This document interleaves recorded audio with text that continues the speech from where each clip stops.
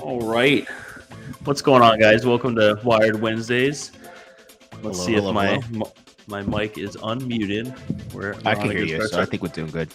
Yeah, sorry for the late start, guys. Let me know if the music's a little too loud. Let's see. We got everyone in the chat here. Crypto Craig, what's up, man? Steven Cicero, Budweiser, Mr. Hawk Crypto, Mining Kiing. Look at that. No issues. Yeah, holy smokes. Dabatola, what's up, man? We are doing a viewer call-in today, so if you guys want to pop in, ask us some questions, you're more than welcome to. I'm going to pin the link right here for you guys. So, perfect.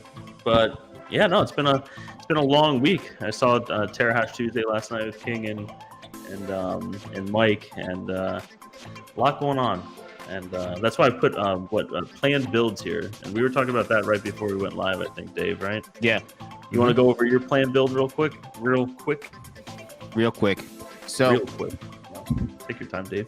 It's the the workstation, the 7810 workstation. I'm waiting for the Xeon processor to come in. That's the last piece. I actually have the RAM now. So it's like the 64 gigs of RAM that came in. So okay. I'm not sure because, you know, you're supposed to match the RAM, but I'm going to see how the 64 gigs works. And then I'll go from there. 1 terabyte hard drive came in already. So that's good. I should have the processor in tomorrow and then basically start my venture in Vast AI. Yeah, that seems to be the thing now. It's I see King just said GPURisers winner Vast AI how-to videos. I'm going to leave that to you. I'll make nice little photos on Twitter, and I do need to get back into the vlogs, though. I'll vlog about it, but I'm by no means a expert when it comes to that. It's this last week I've started my build. You said all you're missing right now is just the Xeon, Dave?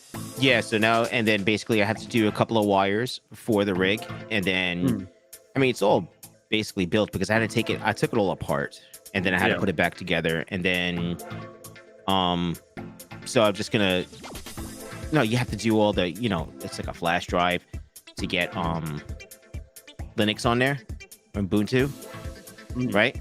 Is that what it's called? Like the desktop version, then you have to change the desktop version over to like a regular version, then SSH into it, and then after you SSH into the, like, there's a lot of information. You have one running right now, right? Yeah, it's running. Yeah, so it's just like I haven't even done this, and I'm just basically just the information I received from King's video and everything else. I'm like, holy crap! But it looks fun though to like set it up. That's just my opinion. I like stuff like that. So yeah, I want to say, like, once you get to the point where you're starting the VAST install, it's really not that difficult. It's just all the hiccups along the way, and that I should have known better on some of this stuff because I set up the Dell R730. Right. That's in my server rack in my garage. And it was some mistakes with that. Like, there was this one thing, and it was like a 2.5 hour ordeal because I had to, go drive and go pick it up and everything like that. But it was just it was a VGA cable. I needed a VGA cable to see what I was doing, and I didn't have one there. So, and with servers, I guess you just always need a VGA cable. So that took a couple hours to deal with. And then, and then once I got the machine up and going, had Ubuntu installed, and I didn't set any settings for it, so it just it goes to sleep. It turns the screen off, goes to sleep, and everything like that. And you can't. There's like no options in the settings in Ubuntu, or I didn't see them or something like that. Like I said, I'm not an expert with it at all, but you got to find the settings and the commands to like make it so that it doesn't go to sleep and everything like that. And so that was another drive back and forth and everything like that. So Mining Kiing says GPURisers I learned everything from.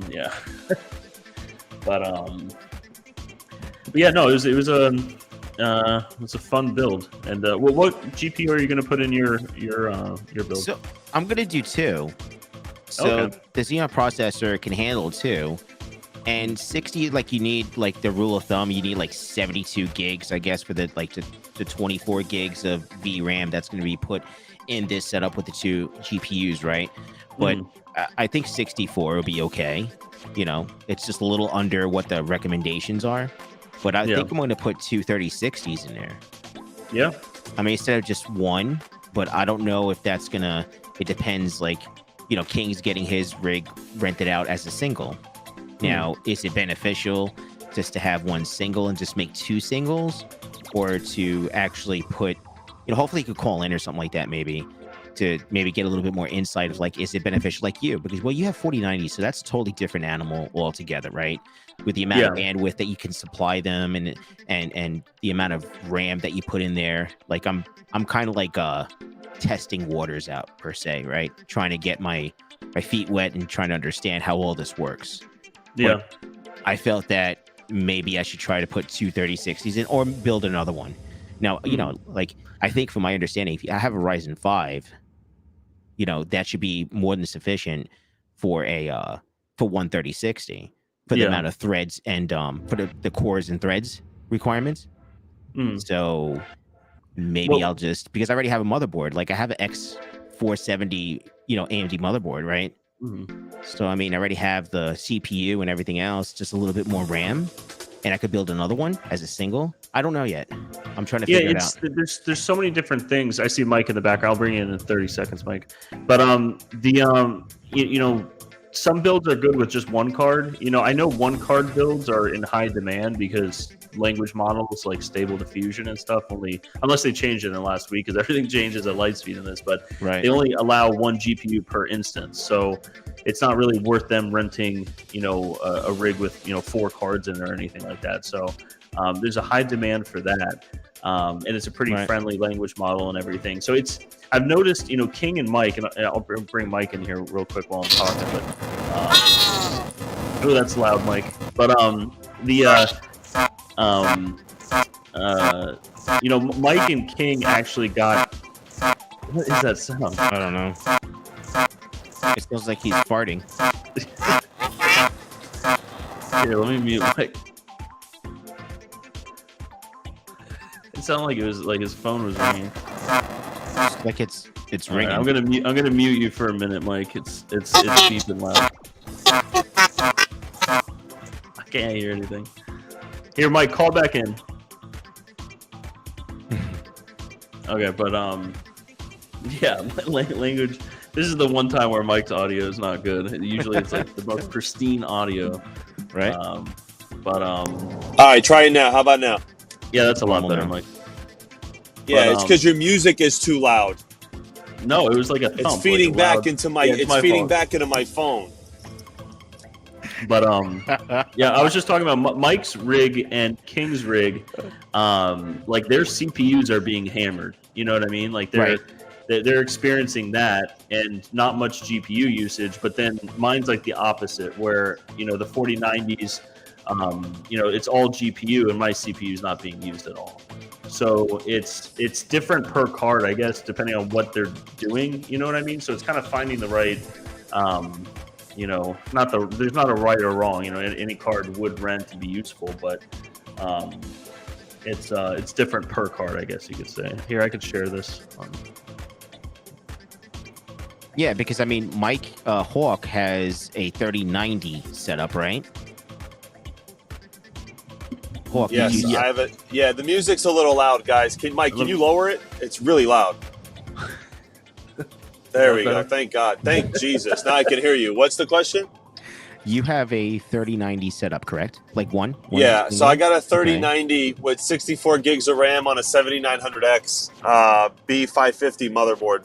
AM5 Ryzen? Yes. The new Ryzen, basically. The new Ryzen. Okay. So Ryzen 9 7900X, yeah. Okay. So it's like top of the line. Is it 3D or something? I wouldn't say... No, it's a 7900, not a 7950. Okay. I wouldn't say top of the line, but it's like it's up there. Yeah, it's up there. It's not like the best one they make, but the best one is like I just got my H12 SSL Epic, the second generation Epic, in today. So I was gonna kind of play with it tonight. But what I did realize though is the Ryzen 9 3900X that I have with the smaller hard drive, I cut the price by like 20%, and it's still not rented. So I think I could be wrong, and we're all trying to understand this stuff. This is we're all new. Like even King is still learning. I'm still trying to figure it out. Second TL, we're all max. Like we're all trying to figure this out. I think the 8 gigs of RAM and the smaller NVMe drive is what's hurting that rig not being rented for some reason. So the one that I have beefed up is the one that's being rented. So what I'm going to do when I go home tonight is do a little experiment. I'm going to put my 11th gen i7 with 64 gigs of RAM and a 2 terabyte NVMe on a lot better of a motherboard. And then I'm going to put the 3090 that I got and see if it gets rented as fast as the other one did. So we're playing with it, trying to understand it. I don't know if there's a reason for that. I can't see the chat right now because I'm driving, and I'm in here. But yeah, it's I don't know. We'll see. I don't know. We don't know yet. We don't know how this works. I just think it's really cool that basically we're all new to this, and I'm about to build mine, and I'll have that up and running next week. The whole thing is that like you already got someone to use the rig, so like I think personally that would make me feel really good that basically I built something. I have no idea basically where it's gonna go, what to do, and you're still learning. But meanwhile, it's actually doing a little bit of work right now.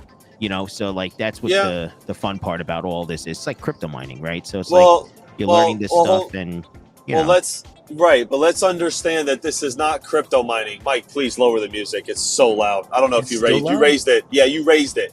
I didn't raise it, man. Yeah, you did. So this is not crypto mining, and I want everybody to understand this is not crypto mining. This is not flash an image on Hive OS. This is not go set up a rig. This you have to kind of know what you're doing, and I'm not saying that I know what I'm doing 100% because I'm still asking questions. You have to have a basic understanding of Linux. You have to, I've been watching Linux videos like crazy, trying to understand the commands and, trying to really grasp onto it. And it's a lot. It's a lot to understand. And if something goes wrong, I'd have to call like somebody who's proficient in Linux to try to troubleshoot. So it's like, it's they make it hard for a reason, and it's understood to be that way, but hey, if you can do it, it's great, you know what I mean? And I think it's another avenue to just make some stuff, because there is a demand for it. And what's cool is there is a script. Now, we haven't tried this, none of us have tried this, but there is a script where you can have it mine when it's off, and then when it's rented, go to do the other stuff. It's on the setup guide on Vast. I don't think any of us are doing it because we really just don't care. But food for thought. I mean, if you got a 3090 or 3080 laying around, I would try it with those first. Don't FOMO and go buy like 10 4090s and epic motherboards and stuff. Just 8 of them. Don't do that. I don't do that. Like, I tried with cards that I already had, figured out that I do like it, and I purchased 4 3090s for like $2,000. That's probably $3,000 was probably just all I spent on everything I got. And I'll have a total of by the time I'm done with all my new server cases, I'll probably have about, I don't know, maybe 4 or 5 rentals going, hopefully, or listed, 5 rentals listed, but we'll see. Nobody knows how this is going to pan out. I mean, 3060s are a great value too, man. I mean, I'm the sure 12 gig ones. Yeah. You want high VRAM. Yeah. You want high VRAM. So, but the 3060s, like, that's a good value to start. Like, I think that would probably be, in my opinion, maybe the beginning starting point if you're going to try to entertain all this just for the 12 gigs, right? Of VRAM. Yeah, I mean, actually most utilize of us, this stuff, Yeah, but that's just like whatever.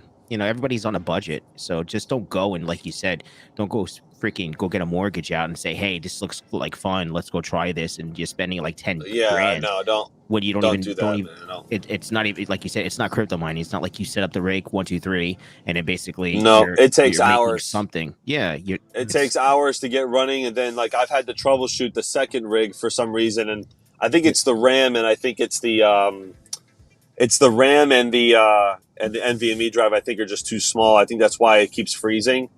I think that's the reason. I'm just speculating here. I'm gonna go home and get another rig online and see what happens. But like your uptime is everything, and if you're gonna do it, the cost of the barrier to entry is expensive, especially if you're gonna go the 4090 route. Barrier to entry is expensive, man. And I in my opinion, use the hardware that you have now. Most of you watching this right now have a motherboard with a 16 slot at Gen 4. If you have a newer motherboard, you have one Gen 4 slot, 16, lanes, whatever, fucking, set it up, put it on there, flash your hard drive, and get started and see how you like it. Use your existing equipment. That's what I would recommend. I agree. Second TL Mining said, GPURisers, are you happy with the price you're getting rented for? Yeah, I'm happy.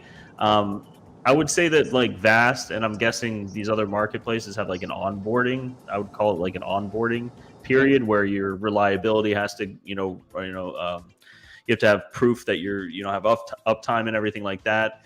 So, and then you're also unverified for a while. So, obviously you're going to be renting for a little bit lower than what the going rate is. I got a job picked up and it's 40 cents an hour per GPU.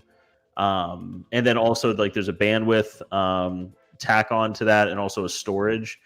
So I'm happy with that. Honestly, it's kind of just getting verified and going through it. And like Mike was saying, we don't really know what we're doing. And it just so happened that right during this time, this is why I jumped in and did this at this time, is I sold some of my mining rigs and I kind of just flopped that money into this, and I'm not going to go buy, in the situation I was in, I'm not going to go buy, 3080s, 3090s or whatever. I just wanted to build one rig. And I know, if it was going to be something, it'd be like what Mike's doing with the 3090s, because I think the 24 gigs of VRAM is really big with a lot of this stuff. So I kind of just flipped it into this. And if anyone follows me on Twitter, I posted some of the pictures here. I ended up going with the Supremes. These are like one of the higher end models, but it was still priced a lot lower. Like everyone says that these are like on par with like the Strix and stuff like that. Not like necessarily Strix level, but it was like about $250 cheaper than the Strixes. I picked these up for, I'll just be fully transparent. It was $1,750 per card. which is about $100 more per card for ones that are lower end models, or $50. It was really the reason why I went with this one was $50 more than the gaming trio, and it had we lost Mike. I'm sure he'll pop back in. Yeah, but it had the really good thermals compared to the gaming trio, so went with that. And then the Epic I got to 7402p. I've had no issues. It came delivered already socketed and everything like that. And so yeah, this is the first picture I took of it. It looks just like the other picture. The reason why this one doesn't have a cooler on it is I ordered a Noctua fan that was huge. I mean, it was the glass wouldn't close, so I went with this smaller one, which has been fine because, again, the person who's renting the rig on Vast is not utilizing the CPU at all, but all the reviews on it seemed good, so I'm happy with that. The one thing, and I was telling Dave about this earlier today, is these cards, these 3090s, are so wide, like from the PCB lane to the like the glass on the side of the computer. And right. You can see kind of in the video here, it's the 12-pin adapter is really, it's not like harsh bent, but I had to sit there and kind of like bend it a little bit just to close the glass. It's on there. So, here, Mike's back. I'll throw him in. Sorry, my bad. Mike. But yeah, you can see the veteran miner cables here. I used 4 direct 8-pin to 8-pin. No splitters are used on this system. So there's 8 total 8 pins powering the 24090s. And then I have 2 of the custom veteran miner cables that were the CPU to power the Epic. So that's the second CPU to CPU connection that I've ever made. Basically, I don't even have those for sale, Mike. Those orange ones. I was going to ask 2 you. Extras, so. I was going to ask you, Dave. Can you make the? So you can make the CPU cables, because I'm using your cables on 13090 right now, and I know they're all standard EVGA, right? Mm-hmm. Yeah. So, I mean, all standard EVGA, and I'll probably just I'm waiting for, a pretty big shipment to come in to have the option for a CPU, because I know that Mike needed the 8-pin, right? So it's 8-pin on his motherboard. But some need just a 4-pin, but I just want to be able to have the option that they can use 4-pin or an 8-pin. So those are coming in as well, and they're going to be branded as well. So I'm just waiting for them to come in, hopefully the next week or so. So I'll probably have that on the website for CPU connections too. So basically, and then I might even get it to 24 pins. I'll be honest with you. I'm probably going to get into like a lot more. I'm going to get into a lot more like. I'm probably going to make the daisy chain 24-pin to 24-pin for one motherboard to another motherboard for CPU mining. I'm really going to get into a lot of things while I can before it gets like extremely hectic to the point that basically I was like, oh man, well, I can't think about anything but just making stuff, right? Right. Just making orders. So that's what the whole goal is for this year, the rest of this year. That's dope, man. Yeah, there's a lot coming. So hopefully it'll work out. The chat here, NTL Crypto Baby Yoda is so cute. Yeah, I can't wait to set mine. I can't wait to set mine up, Mike. Yeah, you should be. It's especially with all your custom cables and stuff. You make it feasible with those workstations and stuff. So it's I'm excited now. I saw King's video and I was like, damn, I got a lot of work ahead of me, but I'm willing to do the work though. But it was just like, holy crap. You really got to understand it. Like, like we obviously have a cheat sheet that helps us, with the installation method. But, messing with it and troubleshooting and trying to figure it out yourself is more important, because if something goes wrong, you can't call someone. So like King gave me the cheat sheet that he had. And then he set it up before. He set it up the first time, I think, by himself, and then he got a cheat sheet that made it a little bit faster. So doing it yourself is probably going to be the best way to do it. What's interesting is Max last night, he was able to put. He had 2 4070s, and he split the machine to two VMs and got them both on VAS with the PCI pass through Proxmox. So it was pretty impressive, actually. So there's a lot of rigs like that rented on Vast where people splice it up, like allocate, like if you have 4 4090s, just for example, on one, you can allocate, half the processor, half the RAM to two of them. You know what I mean? If it's more advantageous to rent out a card with two, or a rig with two cards rather than four, like I was saying earlier, some language models and applications can't use the four, so someone can rent that, cut it in half, or I don't think that they could do that like that, but I'm saying people will cut it in half themselves and have two machines. My question would be, is this like how that was done? Is that going to be like a Epic setup, or is this going to be like almost enterprise setup? It's not going to be like on a gaming motherboard, right? No, you can do it on a gaming motherboard. I don't see why you couldn't do it. It's just software then. But a lot of these gaming motherboards, you only have one Gen 4 slot or one 16 lane Gen 4 slot. You don't have a lot because they're consumer boards. If you're going to get into, I mean, I've seen rigs rented with the 8 lanes instead of 16. I mean, because they put 2 GPUs on there.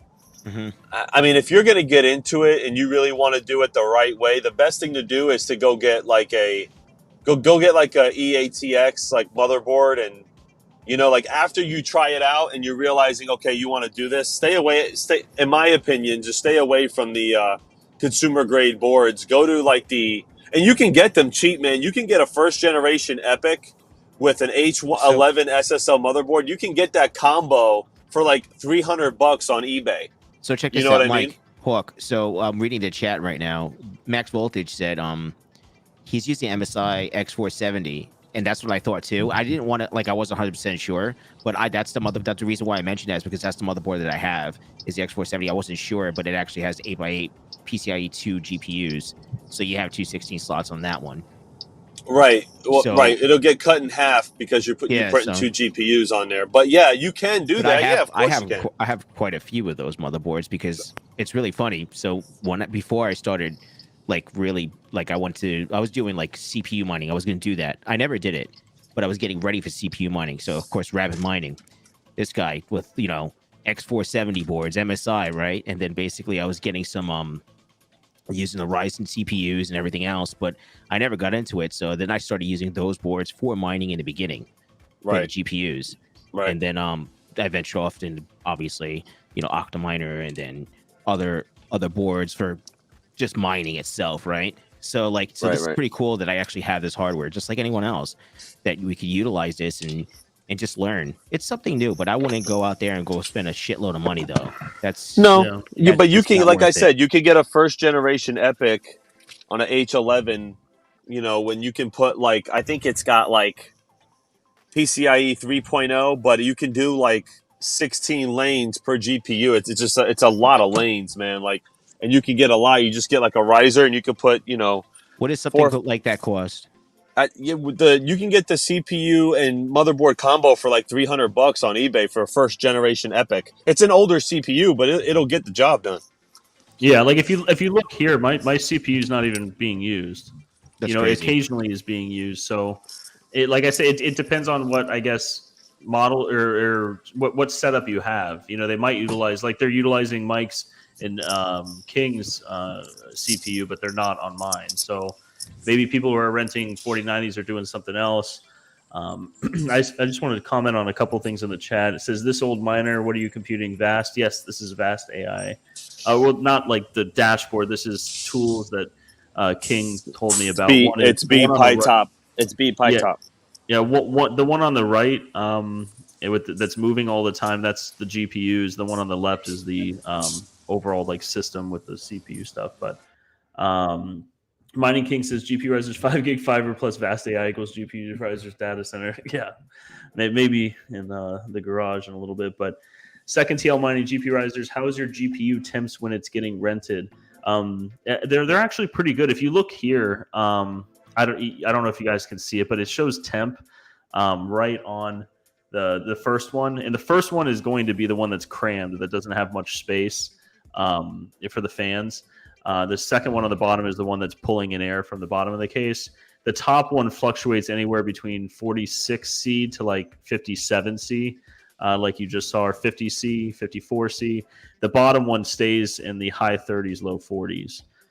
I do have an aggressive fan curve on it, so the fans are always 70 to 100% or close to that. I might switch that up down the line, but You can also see the power draw, and I don't know how accurate the power draw is. I'm guessing it's definitely fluctuating as the temperatures are fluctuating and the fans are, but the 4090s have a TDP of 450 watts, and I was always kind of like assuming that's what it's going to be, but this is actually the second time it's been rented. The first one guy rented it for like an hour. It was kind of weird. I don't know what it was, but this guy has been on probably, I would probably say about 14 hours, maybe 15 hours. Maybe the guy that was renting it for an hour, Mike, probably ran out of credits or something like that because his credits they had to purchase. So that could have been like, oh, I don't want to do this shit, and just like it was kind of, I thought something was wrong with the rig, so I was kind of like trying to figure that out. But the power draw running this Python right now is anywhere from 80 to 400 watts. It fluctuates, but I would say it sits in the 200s most of the time. So it's not like mining where it's you'll set a power limit or it'll just be a consistent, thing. It's fluctuating a lot, which I guess is why you just leave the TDP wide open. So let's see here. A couple more. DJ Mines GPU cables for sale when Veteran Miner sells them right now. Crypto Craig's CPU cables would be legit. Yeah, that's why I had to call Dave, and I'm like, Dave, I need 2 of these. So those I think are going to be popular. Coming right up. Someone's in is Max Voltage in the lobby? That's what he's saying. Oh yeah, he is. Well, what's going on, Max? How you doing? There we go. Hey, good. Much better than I was a few days ago. Yeah, I saw on Twitter. You feeling better? Yeah, definitely back to normal. Awesome. I actually felt like eating today. It was like tonight when I got home from work. I'm like, I'm actually hungry. I actually really want to eat something. So yeah, well, it's good to hear. Yeah, absolutely. So, again, not a big deal. Just under the weather and happens every once in a while. It doesn't happen to me very often, thankfully. So, yeah. But I just thought I'd call in because you guys were talking about my setup and did want to comment, Veteran, on what you had said. You can see my little tagline that reuse is the best use. So, for those people that are CPU mining, a lot of you guys have really good motherboards out there and good processors. And with 2 perfectly good GPU slots, 8x8 is the way a lot of them can be set up, and put two GPUs in there of the same and boot the thing up. In my case, I wanted to use 2 different GPUs. And that's why I did what I did by creating a Proxmox server and setting up GPUs pass through on both of those and setting up 2 instances instead of just 1. So Max, the quick question. So basically, so it's half and half. So how's the RAM situated? How much RAM do you have in that? I have 32 gig. So just 32 on each. So I've got just one, using 2 slots out of the 4. So I had talked to King, the AI expert. I'd laugh at that because he hates it when people say that about him. But so he's got. I have 12 gig in one GPU and 8 gig in the other. And according to Vast AI, as long as you have 4 gig higher in memory in RAM than you do in VRAM, you should be good. So I'm doing 16 gig on one, and I'm going to do 12 gig on the other. I've got 32 gig in there, so that'll leave 4 gig left for Proxmox itself. So hopefully, if I get a chance, I got some work I got to do tonight. But hopefully I'll get a chance to set up the second one. This one should go a lot quicker than the last one. So the first one's set up right now? Yeah, it's up. Oh, nice. So Max, what you're saying is like the minimum requirements would be the VRAM plus 4 more gigs to actually meet the minimum requirements, quote unquote. Yeah, that is what is suggested. Yes. Oh, good. So I got 64 and I have 24, so I'm okay. I'm almost there. It's supposed to be 72, right? But it's just like you have to match the RAM, and then maybe you might have like a problem with the RAM. So I have like 4 of them that I ordered online. You said you're talking about two 3090s. Is that what you're talking about? No. I'm only doing 2 3060s. Oh, well then 64 is more than enough. Yeah, I mean, I was trying to get the 3 times amount, right? Like 72, but not a big deal. But at least it's gonna be fun. It looks like a lot of work. Obviously, you guys have done it. I'm behind the 8 ball right now, but once I get it situated, I'll feel like I'm part of the crowd. And I'm excited to do it, though. To be honest with you, I know it's a lot of work, and I haven't done it, but I'm excited to do it. Yeah, and that was the same where I went into it. I was like, I'm learning, and it's funny because everybody's like, well, if you just do this, it'll just be done. I'm like, no, but I want to learn. I want to figure out what I did wrong and all that kind of stuff. So I did learn in Proxmox. I don't know what the heck I was thinking, but it's better to do it with 2 disks. And I could have just made 2 disks out of the same thing. I could have allocated a portion of that disk to 1 disk and a portion of the rest of it for the rest of it. And that would have made it a lot easier. But I didn't do that. I had just done it as 1 disk, and it works. But the next one I do, I'll make 2 disks. It should be easier in the install. Well, it was just weird because like when I saw King's like his setup, there was like he was making like he made 4 different types of in my understanding. Now I could be wrong, and to correct me if I'm wrong, it seemed like 4 different partitions right off the bat when he was doing his setup. Right, and what he was doing was he was matching the diagram. If you actually read what Vast AI was saying in there, it didn't match the actual diagram itself. So what I did is I matched it to what it said it was looking for. So I only created 2 initial partitions, and then the last partition was created there's like a process where they kind of do like a loop back or something where they create the final partition. So basically this is just a file allocation that you have to preset so actually all this will work. Is that really what it amounts to? That's the best way, but like I said, the easiest way to do it is to create a few partitions in one drive per se. The same drive. If you have 2 drives, right? You do that in one drive, and then in the other drive is just basically the broad partition for general use. Broad, what broad? Now, what would be like the minimum? So what would be the minimum size then if you're going to use 2? Like, so say you have 1 terabyte, so like what, a 256 just to make the partitions sufficient? What I was hearing last night was you can go as low as 128, but again, you're selling your system, and some people are looking for storage.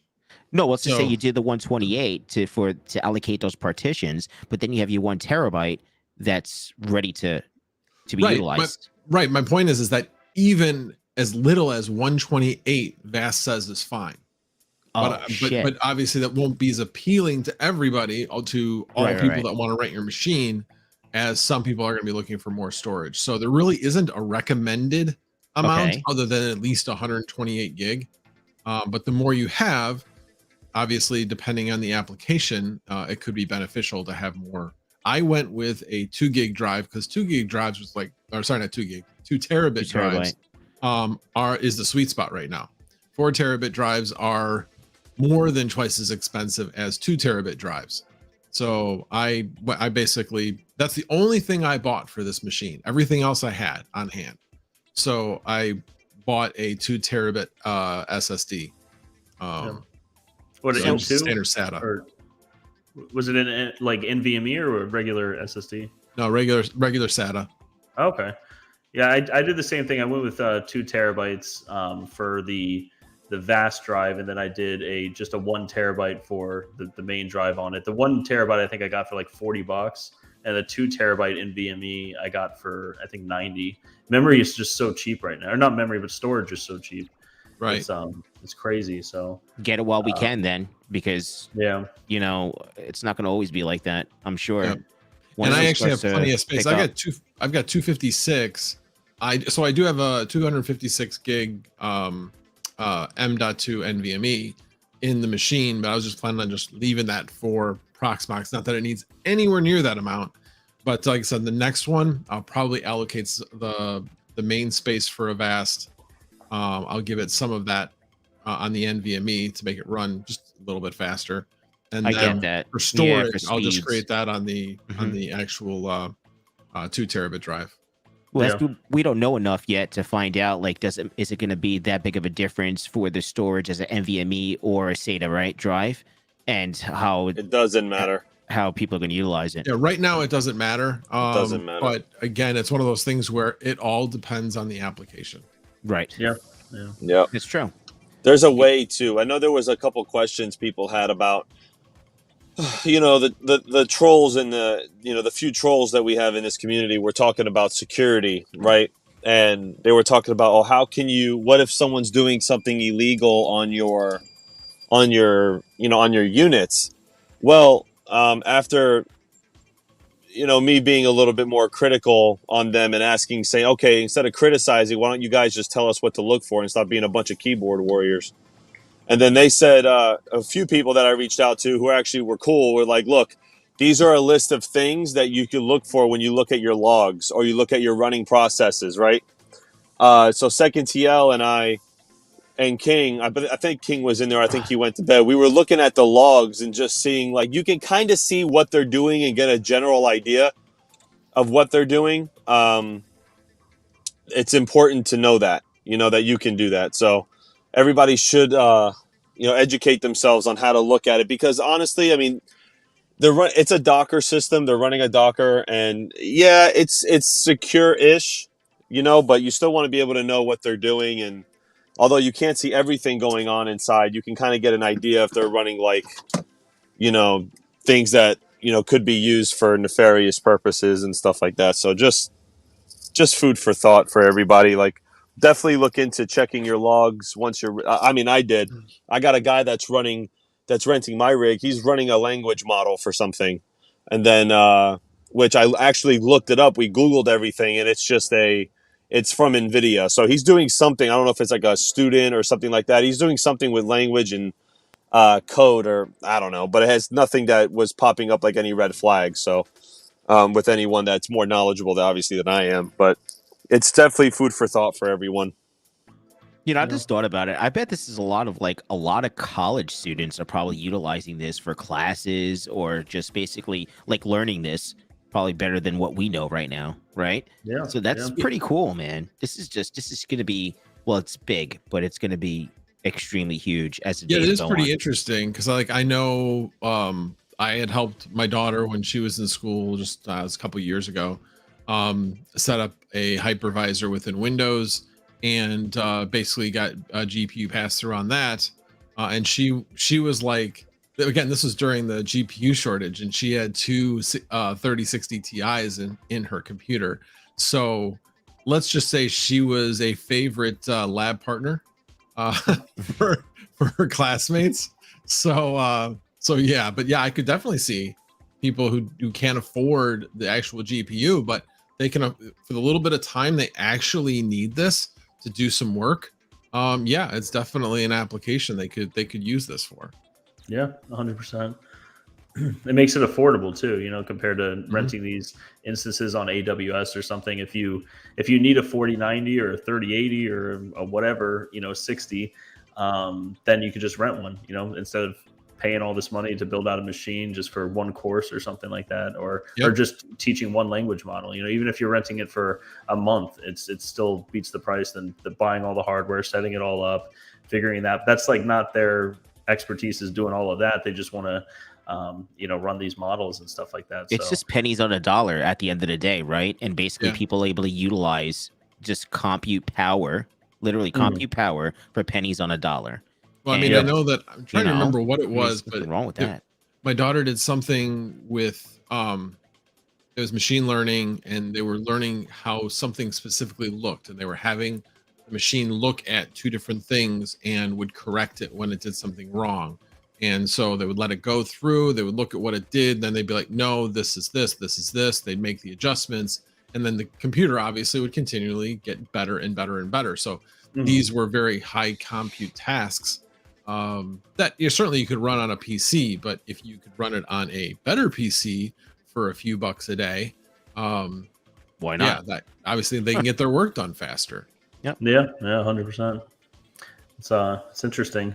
I noticed a lot of these language models have different barriers. Some will require 16 gigs, 24 gigs, 40 gigs, 48 gigs. Some require the 80 on the high end A100s or H100s, and each of those come with different rental rates. And I kind of ran all the analytics on it. It seems like the A100 40 gig is a good card. It's expensive, but the return on that's pretty good. But when I ran all the numbers, because like I said, I sold part of my farm and I didn't have any 4090s or 3090s. But when I ran all the numbers, the highest, I don't want to say ROI, but the the best payback period, the lowest payback period on a build out was the 4090s. So that's kind of why I went with that. But now it's tempting looking at these A100s. But yeah, I wanted to be able to use the 4070 Ti, but unfortunately, it's not in Vast AI yet. They don't have the ability to do it yet. I'm not sure why, but they don't. But hey, so what I ended up doing was I actually took the 3070 out. That's the one I'm going to build the second instance on my Proxmox server with the 3070, and I put the 4070 Ti in my main rig. So I guess that's kind of a little bonus. Yeah, why not? Yeah.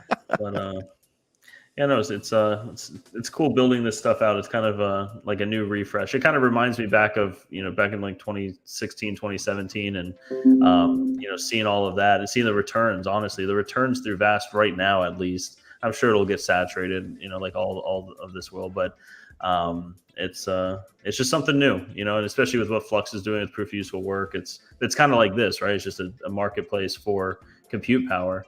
That is probably a little more friendly than Vast and a little easier to set up and everything like that. So, we'll our Mike's back here. Let me click him in.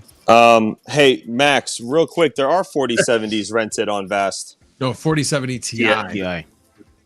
Really? Yeah, I know. It seems weird. They don't have the... Yeah, because the one I've got on there is a 4070. But what's interesting about the 4070s is not a single one of them is verified. All of them are unverified. There's 6 of us. Me, King, and 4 other people. So, Max, how long does it take to get verified? It just depends. It depends, random? Some people, it takes about 2 to 3 weeks. There's no set limit on verification. It's just you just have to wait until they decide to verify you. I think it has a lot to do with uptime. It has to do with equipment, how many jobs you're running, your reputation, right? I mean, that's what I think it is. Yeah. But there's unverified machines making money. And then once you get verified, Vast AI is basically saying, hey, yeah, this guy, he's legit. You can rent and then you can raise your price a little bit more. That seems to be what the understanding is. The underlying understanding is. Click unverified. Oh, there they are. Oh, there's us. I'm Illinois. He's Arizona. You guys have 2/3 of the market share here. So, well, no, that's just the unavailable ones. There's 3. If you click unavailable because they're already rented, there's 3 of them. Okay. There you go. Well, that's pretty good. Oh, so you are any of these you? No. I'm like I said, I'm Illinois. I'm the one that hasn't. Okay. I mean, I just came up last night, so I'm still at 88% reliability. Yeah. It's there's 2 Illinois down here as well. Okay, yeah, no, it'd be interesting to see what people are doing on the 4070s. That's the thing, it's like you don't really know what it is until you get it all set up, and you're like, oh, they're using all my CPU or they're using all my GPU or running completely different things. So I think it'll be nice going forward to see, because maybe I'm. Instead of getting 256 gigs of RAM on the next one, I'm just going to do 128. Cut costs on some stuff because it's not really going to matter at the end of the day. So. I'll do the 3060 route right now. I'll try it. How many gigs is that 3060? It's 12. Oh, good. 3060s are 12 gig. 3060 Ti's, believe it or not. Not all of the 3060s are 12. The mobile 3060s are 6 gig. 8. They're 8. You really? Said? Normal 3060s are 8. No, normal 3060s are 12. They started out at 12. Yeah. The 3060s, not the 3060 Ti's. 3060 Ti's. 3060s are 12. I don't have. Are you? Yeah, what? Positive. 3060 is 12 gigs. That's suspect. 33060s are all 12 gig. 3060 Ti's are 8 gig. That's suspect, man. It's suspect. Hey, chat. Are 3060 12 gig cards or are they 8 gig cards? They have both variants. I know when I bought my MSIs when I first started mining, they were all 8 gig cards. That's because they weren't 3060s. They were probably like 16. They were 3060s. They were all 3060s. Any of the newer 3060s, there have been some variants that have lower amounts, but they're the new. How about don't buy 3060s because they're really not. They're not making a lot. They're making like 7 cents an hour. Oh God. Well, like I said, if you have them, you're gonna use them. They're 12 gigs. Use what you have. Try it out with using what you have. Everybody needs to go the GPURisers route and mortgage their house and get right into this whole thing. All right, come on, Hey, I mean, no balls. Be a man. Spend all the money. I mean, I had to like buy stuff with it because I'm not going to do like 3080s and stuff, but it was either 3090s or 4090s. Really, I wanted to kind of just get like a future-proof machine because I didn't know what I'm doing. You know, I still don't know what I'm doing. What's the difference between a 3090 and a 4090? I know that the teraflops is a pretty big. It's teraflops. Yeah, it's mainly teraflops. I mean, yeah, it's double. There are more CUDA cores, but generally more efficient and higher. Higher teraflops is really what it comes down to. It's not double the teraflops. You're right. Teraflops is double. The tensor cores, it's not. Tensor cores, I think that they're like 350 on the 3090, which is pretty good. Look, I got four 3090s for $500 each. The barrier to entry with a 3090 and make decent return on it, it's better than the 4090 as far as cost versus your return and what you're average going to make. Right? If you can get them at $500, yes. If you can even get them at, again, you have to compare what you're paying for a 4090 at retail versus what you can get 4090 on the used market. Yeah, and then also depending upon what you're going to be able to negotiate. Yeah. And also you got to think about the motherboard cost, the power supply cost, the whatever case you're putting this in, because let's just use easy numbers. Just say a 4090 is twice as much as a 3090. It's a case. Yeah, but I mean, it's the motherboards, and stuff, depending on what you're using, if you're doing multiple cards and stuff like that, or if you're not using multiple cards, it's still going to be expensive. It kind of just depends. And, when I ran the numbers, it made most sense for me to do the 4090s. Right. But it cost you twice, more than double the amount that it cost me to do it. About 3 times. Yeah. 3 times the amount. I mean, it doesn't make, you're right.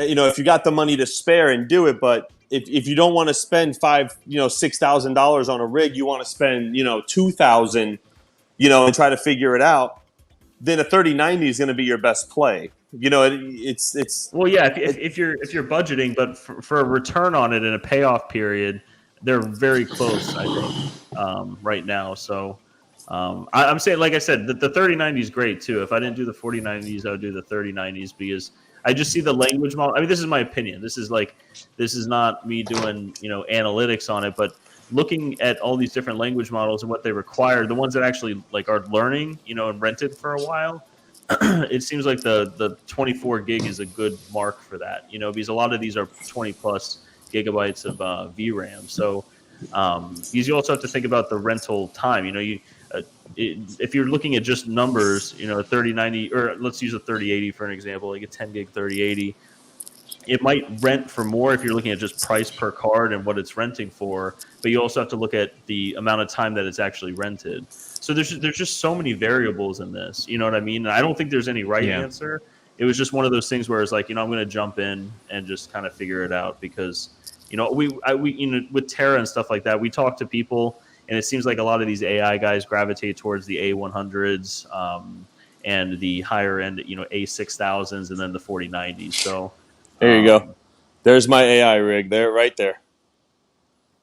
That's it. Open air OG. Yeah. Just running. Then you got the Schmetter and Schminer cables right here, and then I got that one running with his cable there too. But this one I got to redo because I think the reason why this one is failing is because it's only 8 gigs of RAM and it's a small NVMe. So I guess it really does matter. I'm going to take this apart and I'm also going to put this one. I'm going to get this one set up too because I got a 4.0 on this one with 64 gigs of RAM. What are you saying, 8 gigs of RAM? That's all you have is just 8 gigs of Well, these are RAM? CPU miners, bro. These are CPU miners, Oh, you just never upgraded the RAM when you... Yeah, no, I didn't. I just tried to see if it would run on this, but it doesn't. Oh, okay. So it keeps crashing. Like every couple of days it'll go down. So that's just like a regular bottleneck, just on a norm, just having just 8 gigs of RAM. It is. Here's the In a thought. way, it's my opinion. This is what I did. I don't know how this works.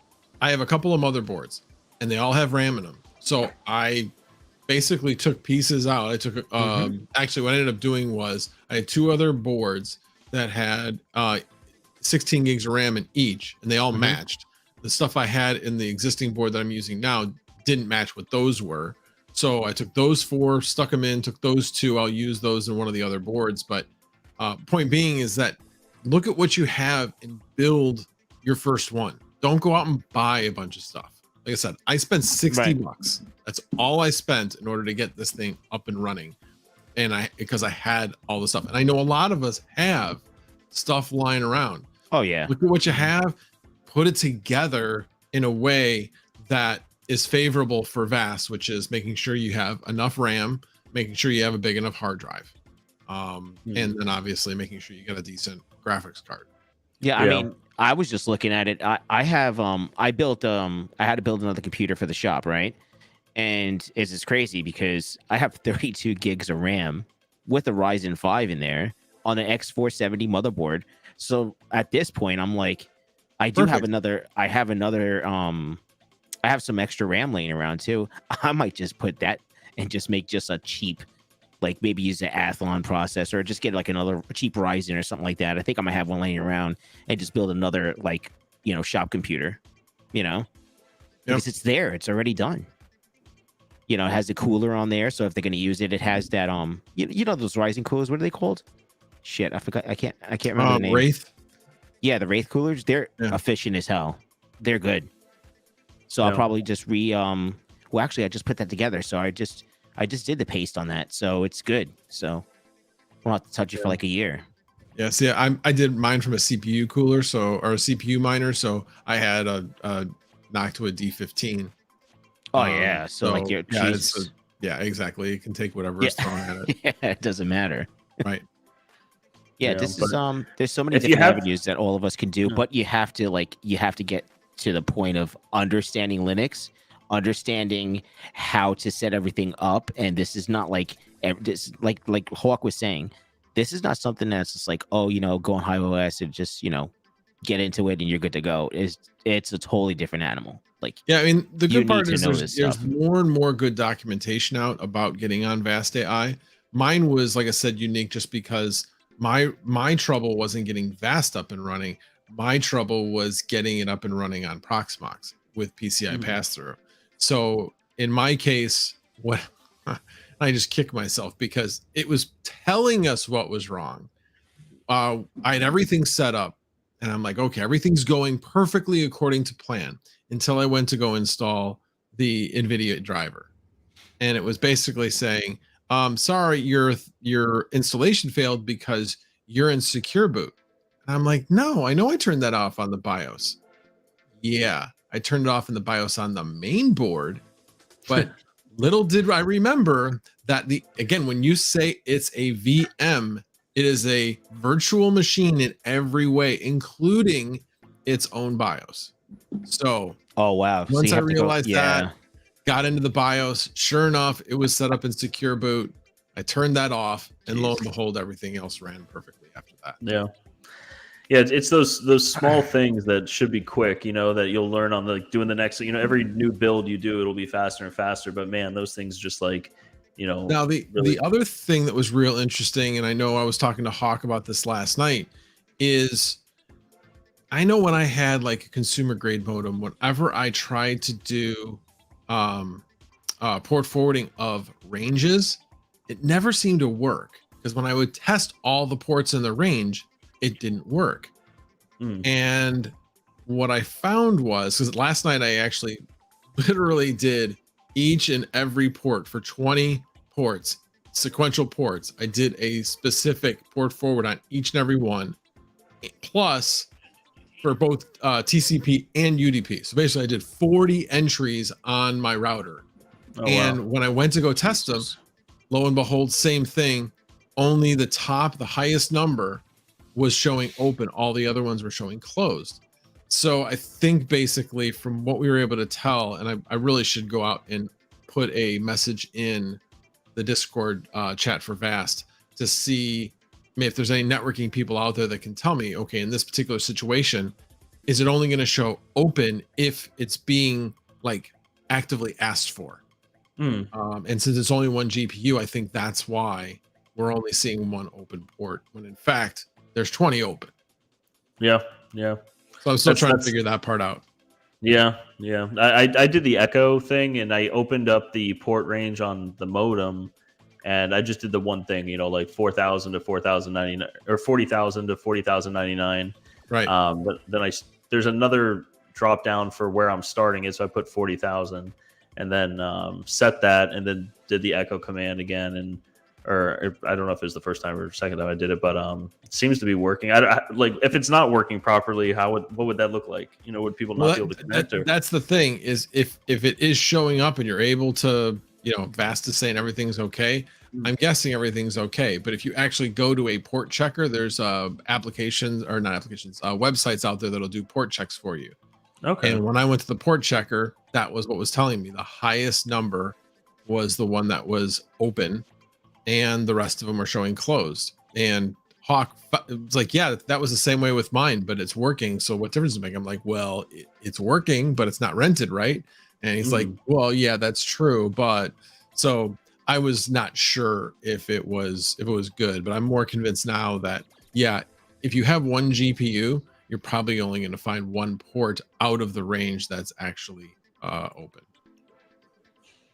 Yeah, I would assume that Vast would have to have some kind of thing in their system to recognize that, right? Like if you're going to have a problematic rig, or what, are they just going to credit a bunch of people that rent a rig for a day and realize that it's not what they're paying for? Or maybe that's what the verified and unverified thing is. No, I don't think that's the case, but I think it's just a matter of that they do a certain test as it's being installed, because it actually does check things along the way. So I'm assuming that they're doing checks on their end. Like I know Flux, when you are doing port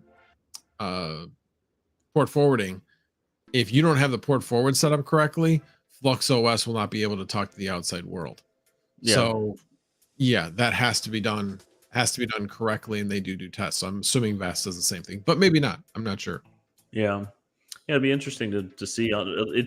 There's not a whole lot of information out there on it. Their website's pretty bare bones.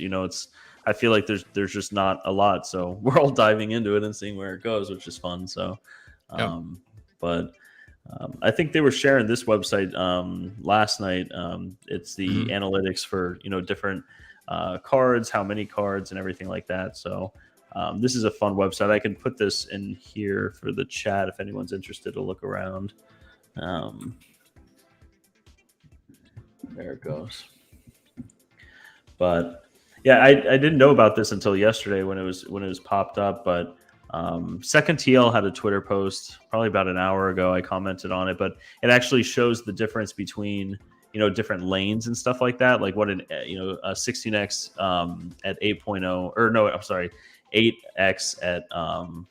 4.0.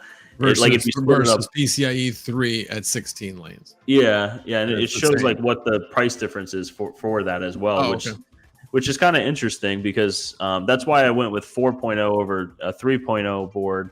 I thought there was going to be a larger price difference, but there actually isn't. It's only about like 2 cents, which with these numbers is about 5%. So people can come to their own conclusions about that, but it seems like the 8x at like 4.0 is a lot cheaper compared to 16x. But this website's great if anyone wants to kind of mess around on it, see different things. You can see how many offers are there, how many are accepted.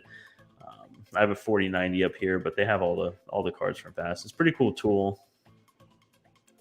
But does Vast offer 3090 Ti's? I have one 3090 Ti actually. I think they do. I remember seeing that on their website. Oh, they do. What's the difference between gigs on the VRAM and the 3090 and 3090 Ti? It's the same thing. Yeah, they have well, let's see.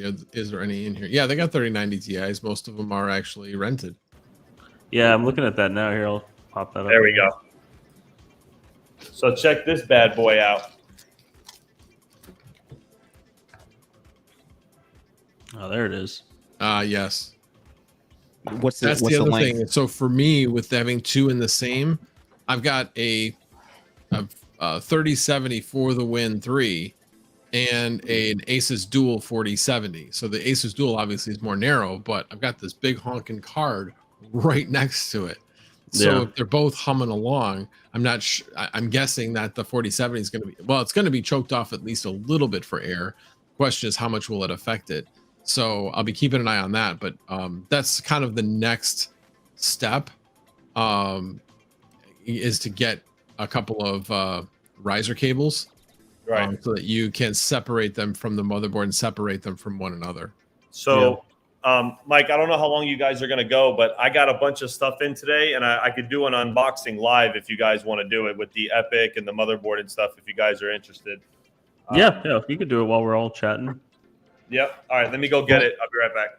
I would love to stay around, but I know I won't get my work done if I'll be in the chat. I'll be listening, but I do need to get some work done, and still hoping to get another instance up. So I'm gonna say goodbye to everybody. Like I said, I'll still be in chat. I'll still be listening, but I don't want to be looking distracted while I'm on the stream.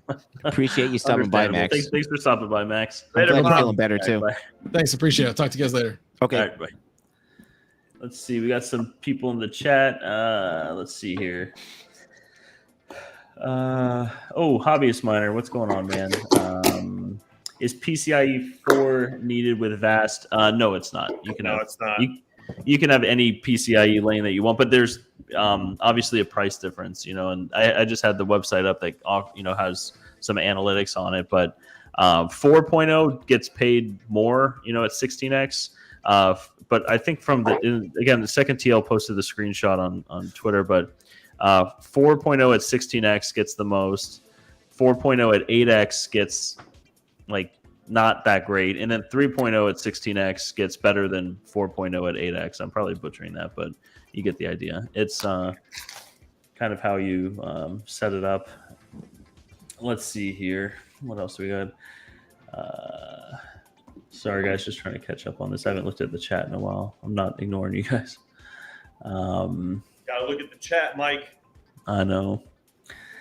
Let's see. Hobbyist Miner, I have 3 PCIe 3 ribbon cables for proof of use will work. Yeah, that'll work. So it also depends on the card. Yeah, so it depends on the card. So even a 4090, I don't think it's going to use the entire bandwidth available on a PCIe 4.0. I don't think it will. So 3.0s will run fine. I don't think the output on a 4090 or even a 3090 is going to saturate the entire 4.0 lane. So you're probably okay with 3.0. Mike was trying to future-proof his rig so he didn't have to spend more money later on. Makes sense. Factor in the uptime, which is completely understandable. But if you're on the budget, 3.0 will work perfectly fine. There's plenty of rigs that are rented with 3.0, and they're making just the same amount of money. So don't get crazy. I'm trying to read here. I think the 4090 saturates the 3.0 and needs 4.0. I'm not 100%. It doesn't. I don't think it saturates an entire. I could be wrong, but there's a lot more smarter people in the chat. Yeah, I'm not. Yeah. So these are the sticks of RAM that I got. This is 128 gigs of RAM. Nice. There we go. So that's that. Let's see here. Now, I don't know if they put the CPU on the motherboard, which it looks like they probably did. Unless it came separately, I doubt it, but let's see here. This is going to be the H. Yeah, they did. Okay. So it comes pretty good wrapped. Now, this is one of those combo deals I was telling you about. Mike, if you want to put us on the major screen so it's bigger so people can see it. I'm kind of small. There you go.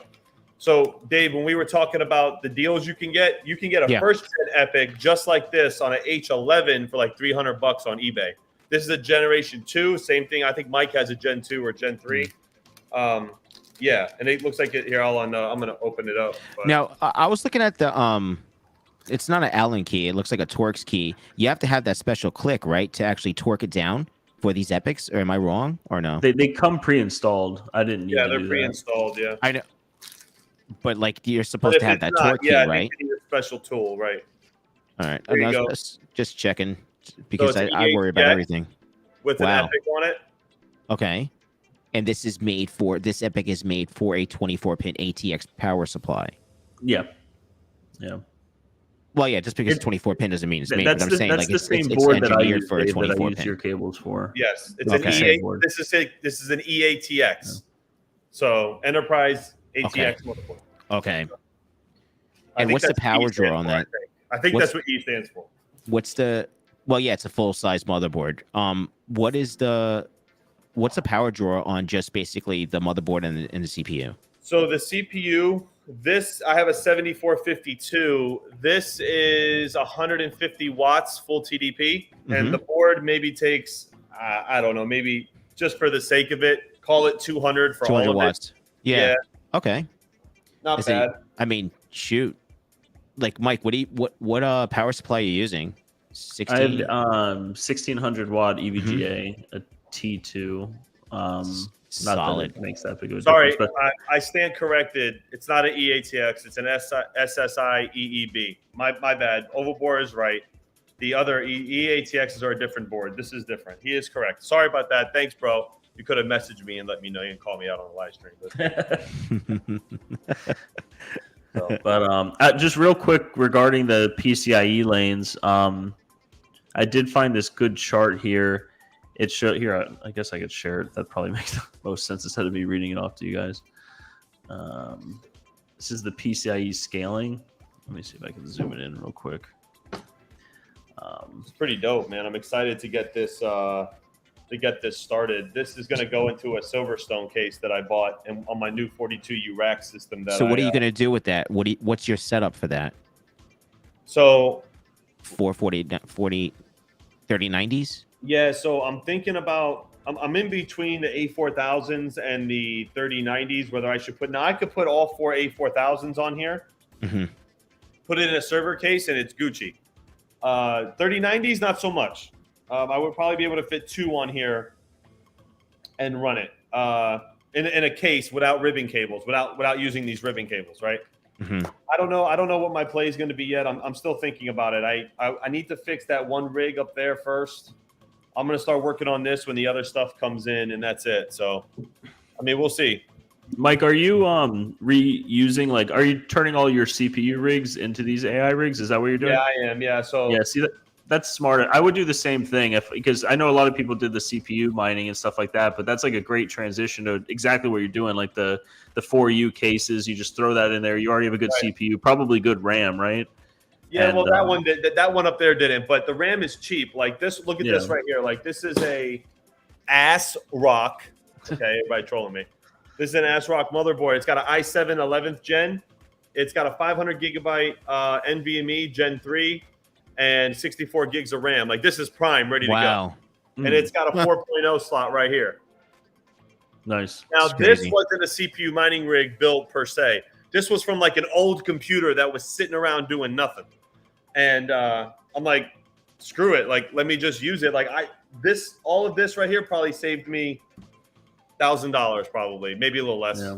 But just sitting around doing nothing, repurpose it. You know what I mean? I would do the same thing. DDR4 memory, it's good to go. Yeah. I would do the same thing. I was gonna actually build a new personal computer, but I'm not going to do it for now. But I was going to do that and just put it in the garage and make like a stable diffusion rig, but and kind of mess around with it. But I'll probably just do that and then rent it out whenever I do that. But no, that's a great transition if you have all these CPU miners. You might as well. I got like 1, 2, 3, 4, 5, 6, 7 CPU mining motherboards. And half of those, I got 3 of them on a trade with Matt Electron, so it didn't really cost me anything. The other ones were just sitting around in normal computers doing nothing. Like, why not? Why not? Are they all Intel, Hawk? No, this is the only Intel board that I had. The rest are all AMD 3900s, 12 cores, 24 thread. So, I need to see if I can find a good deal on like a LGA 1200 Intel, because I have a brand new board. It's one of those sales. Remember when you have to, like a Newegg, if you want a card, you have to get a freaking motherboard with it, back in the day. Dude, look at eBay, bro. I'm telling you, there's so many good deals, bro. I have the motherboards brand new, just sitting in a box, and I think I want to just make that just my my office computer, and then just take my Ryzen and it's already set up, and just make it an instant AI rig too or something. Because proof of use of work is coming too, so like you could transition these for proof of use of work as well. So it's like it's gonna be a lot. So like we're getting ready with just doing all this. So I mean, it's exciting.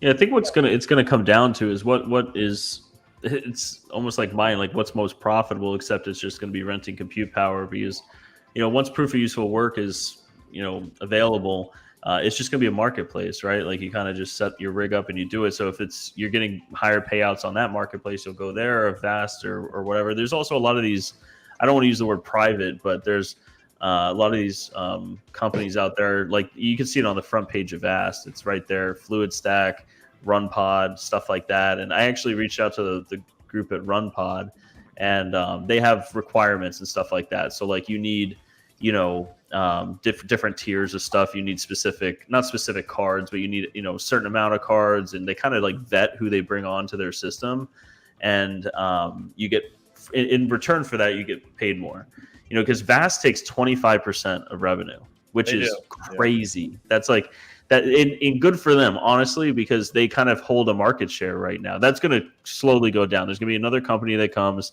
whether it's proof of useful work or whatever it may be, it's going to go to 20, 15, 10, and it's going to be cutthroat from there on, But they're probably making bank right now. They have to be making bank right now. I mean, taking 25% of all of that. But a lot of these other companies don't take that much from it. You know what I mean? So like, right. I don't know what RunPods is or anything like that, but just say they take, 20%, then you get 5% more than what you'd be getting on Vast. And it's more, I think, of a, you don't have to worry so much about it being rented type thing. You know what I mean? There's fewer people that go to those companies that need specific uses. You know what I mean? So Offset Miner had a question. He says, let's say your hardware crashes. Do you get pinged to reboot the gear? There is a Telegram notification thing you can set up. I get an email almost instantly the minute it goes down. I think he's saying dinged. Like, because he's saying, or do you just get defaulted on the job? So the way that I understand it is if you have a job and your rig goes down, I think it stops where it's at, and you have a certain amount of time to get it back on. I think. I don't know that knock on wood, the other rig hasn't gone down. It's been running since the job started. So this 3900X one did go down, and that one's not rented. So it hasn't got rented. I think it's because it's a low spec. I gotta upgrade it a little bit. But you're saying just a low spec in reference to the RAM, right? You think the RAM might be the issue? Yeah, the NVMe is small too. Like, what is it? And I do want to point out real quick, Mike mentioned it earlier today, and I think it's a good point. He's talking about a redundant internet at his house. Nothing crazy, but like, something in case the internet goes down, you're not going to lose that job or anything like that. And what's nice about these super micro boards and all the server grade stuff is there's multiple NICs on the board. So you can have multiple lines going in. So even if you have like 5 or 6 of these things running at your house, assuming they're generating enough income, it might be worth it just to throw up like a T-Mobile hotspot or something there, connect that to a switch, and just have that in all the rigs as well. Just as a temporary thing, because when you're getting benchmarked on Vast and everything like that, if God forbid the internet goes down for an hour or something, you're still going to have access to it. And once the job is there and they're renting the machine, they don't really use a whole lot of bandwidth or internet. Again, you don't know. You might get a job where it's all bandwidth and they're not even using anything else on the machine. So, but I just wanted to point that out for the internet stuff. So far from your guys' experience, no one's been using the bandwidth, like up and down speeds much. Yeah, I mean, my bandwidth is awful. It's I got about 600 down and about 25 up, but I have a rig rented. So apparently the breakthrough is 80-20. They use 80% of your download, 20% upload for these jobs. That's kind of the ballpark. So you're telling me, so you could say that basically, in theory, people that have cable internet can entertain this as of right now. I have cable internet. That's what I'm saying. I have cable internet. Right.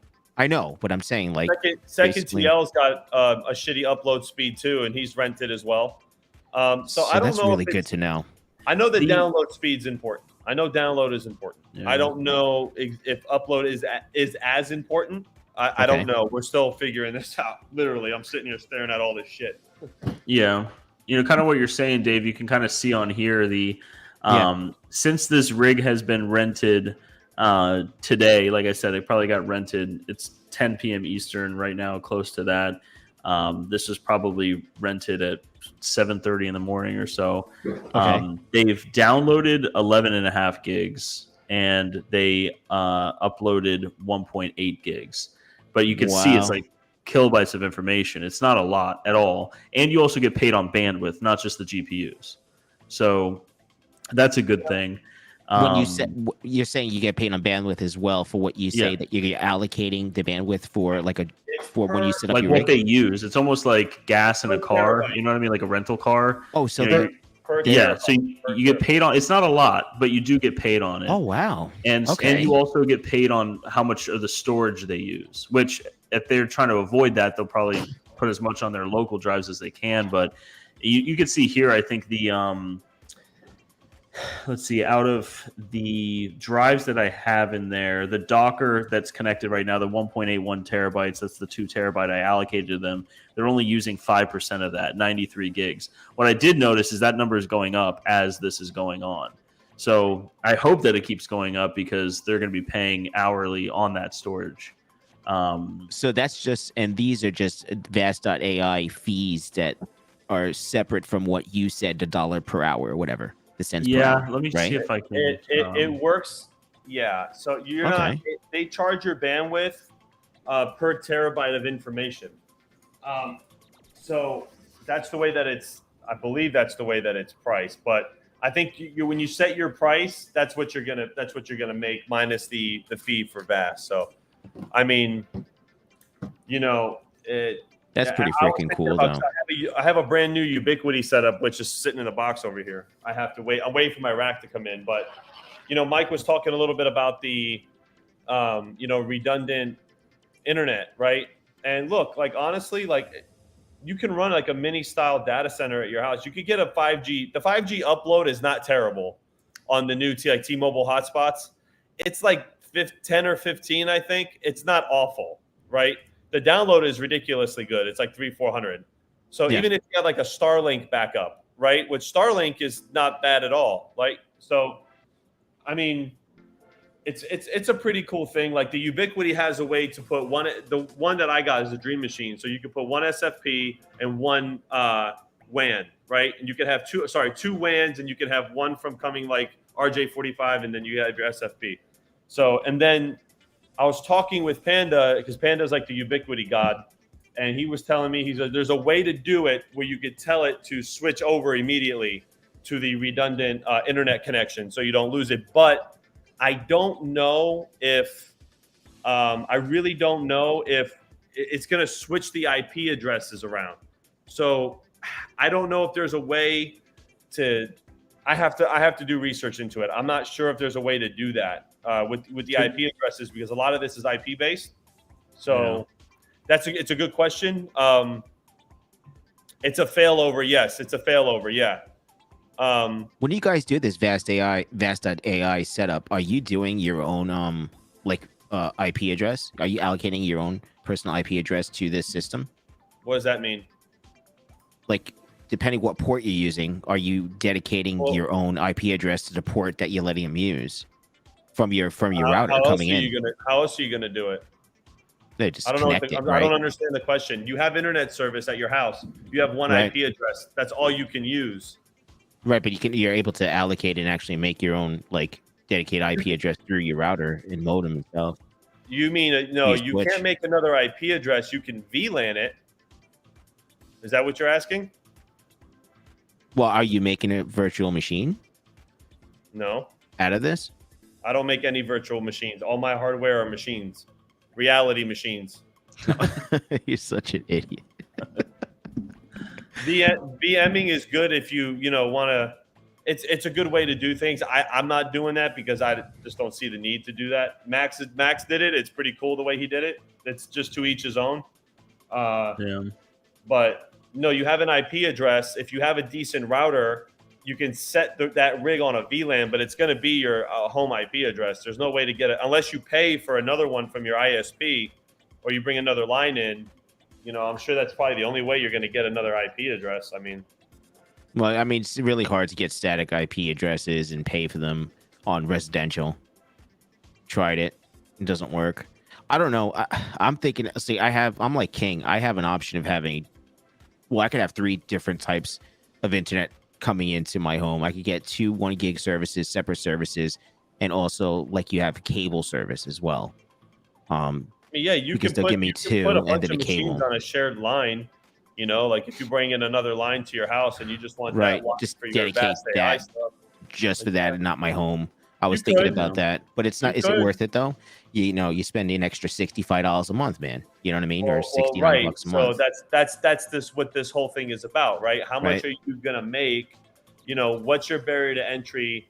Should you do that? Honestly, the cheapest route would probably be just to VLAN the vast AI rigs on your network, so they, in case God forbid the machine does get compromised or something happens, they can't talk to the rest of your house, but they Right. will have your IP address. That's there's no way of hiding that unless you put the whole thing on like a Starlink system or something. Like, there's really no, yeah. What's a norm? So like, so Vistang right now, just one setup, right? What is it guesstimated to be making for like 30 days? It's hard because you don't know how many days it's going to be rented. If it kept on going for 30 days, what's the guesstimate on that? Mine's $150. Yours $150 for the month? Yeah, roughly, yeah. If it stayed the way it was going. If it stayed the way it was going. Yeah. Right. Well, Because it's all theoretical. We don't know. It could shut off no, it's a right lot now. more than that. If it stays For the me, way it that is. it's going right now, I think after vast fees, because I have it set kind of low, it's 0.8 times 24 times 31. It would make right at $600 a month for 2 4090s. That's after taking the fees, 25% out? Yeah. But it might get more saturated in 2 weeks. You know what I mean? Like, right. Or it may Right, not. right. Or it may not. I know there was a drop off in 4090s. There were 700 of. Last I checked about a week ago, there were 700 4090s ish, and then there were 700 3090s available. I know the 4090s dropped off a little bit. So I don't know if they went to another platform or decided to, because on Vast, if you look on Vast, you'll see a little blue tab on some of these, all these rigs, and they say data center on them, right? And they're data centers that are on there. And they verify that with the Vast guys. So, I mean, listen, if you guys have questions for Vast AI, they have a Discord channel. Go in there, read what these people are asking. There's tons of information. We don't know shit. We're still trying to figure it out. When I know, you'll know. Well, we're all learning together, right? So we have a great community. This that is comes not together. fucking high school. Go learn on your own. This guy. So anyway, it's a great community. I'm just we're kidding. all I'm learning just together. Just kidding. Except Mike. Yeah, but it's. Hawk. I could probably charge a little more than what I did. I just wanted to get it rented sooner than later, and because I don't know how that works with verifying. You know what I mean? So, there's so many different things that go into the price. You know what I mean? Like, it's like you can see right here, 14090. You have your numbers right here. 38 to 55, and then when you go up to 2, it goes to 61, 37 to 61 per card. So, splicing this up into 1 probably is not the best thing. So there must be a language model that can utilize 2 of them. You know what I mean? Because there's a market for that rather than splitting this up into 2 separate machines with 14090 on each one. But just for reference, you see the prices here for 2 of them. My 4090s are rented right now at 40 cents. So I aggressively price those to get them rented, sooner than later. So that's also because I wanted to test the thermals on it. I wanted to test how the machine would function. I wanted to kind of just, go into the back end like I showed on the other screen, see what they're doing. And that's kind of where I am. Well, you're getting your feet wet. You know what I'm saying? So like you're getting your feet wet. I just wanted. It's actually working. It's doing something. So basically that's a win. And then basically once you obtain a little bit more knowledge, and basically knowledge costs money. Yeah. And you have to pay for it.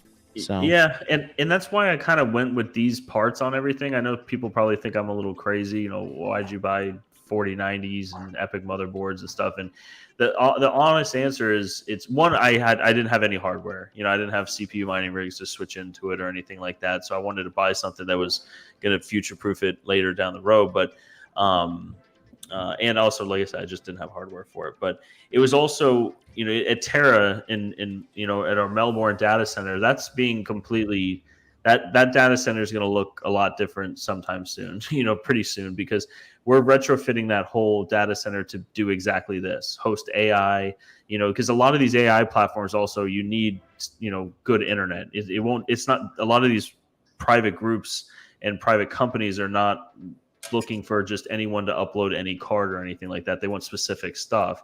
So people are going to need to host in data centers to be able to get into that field of it. You know what I mean?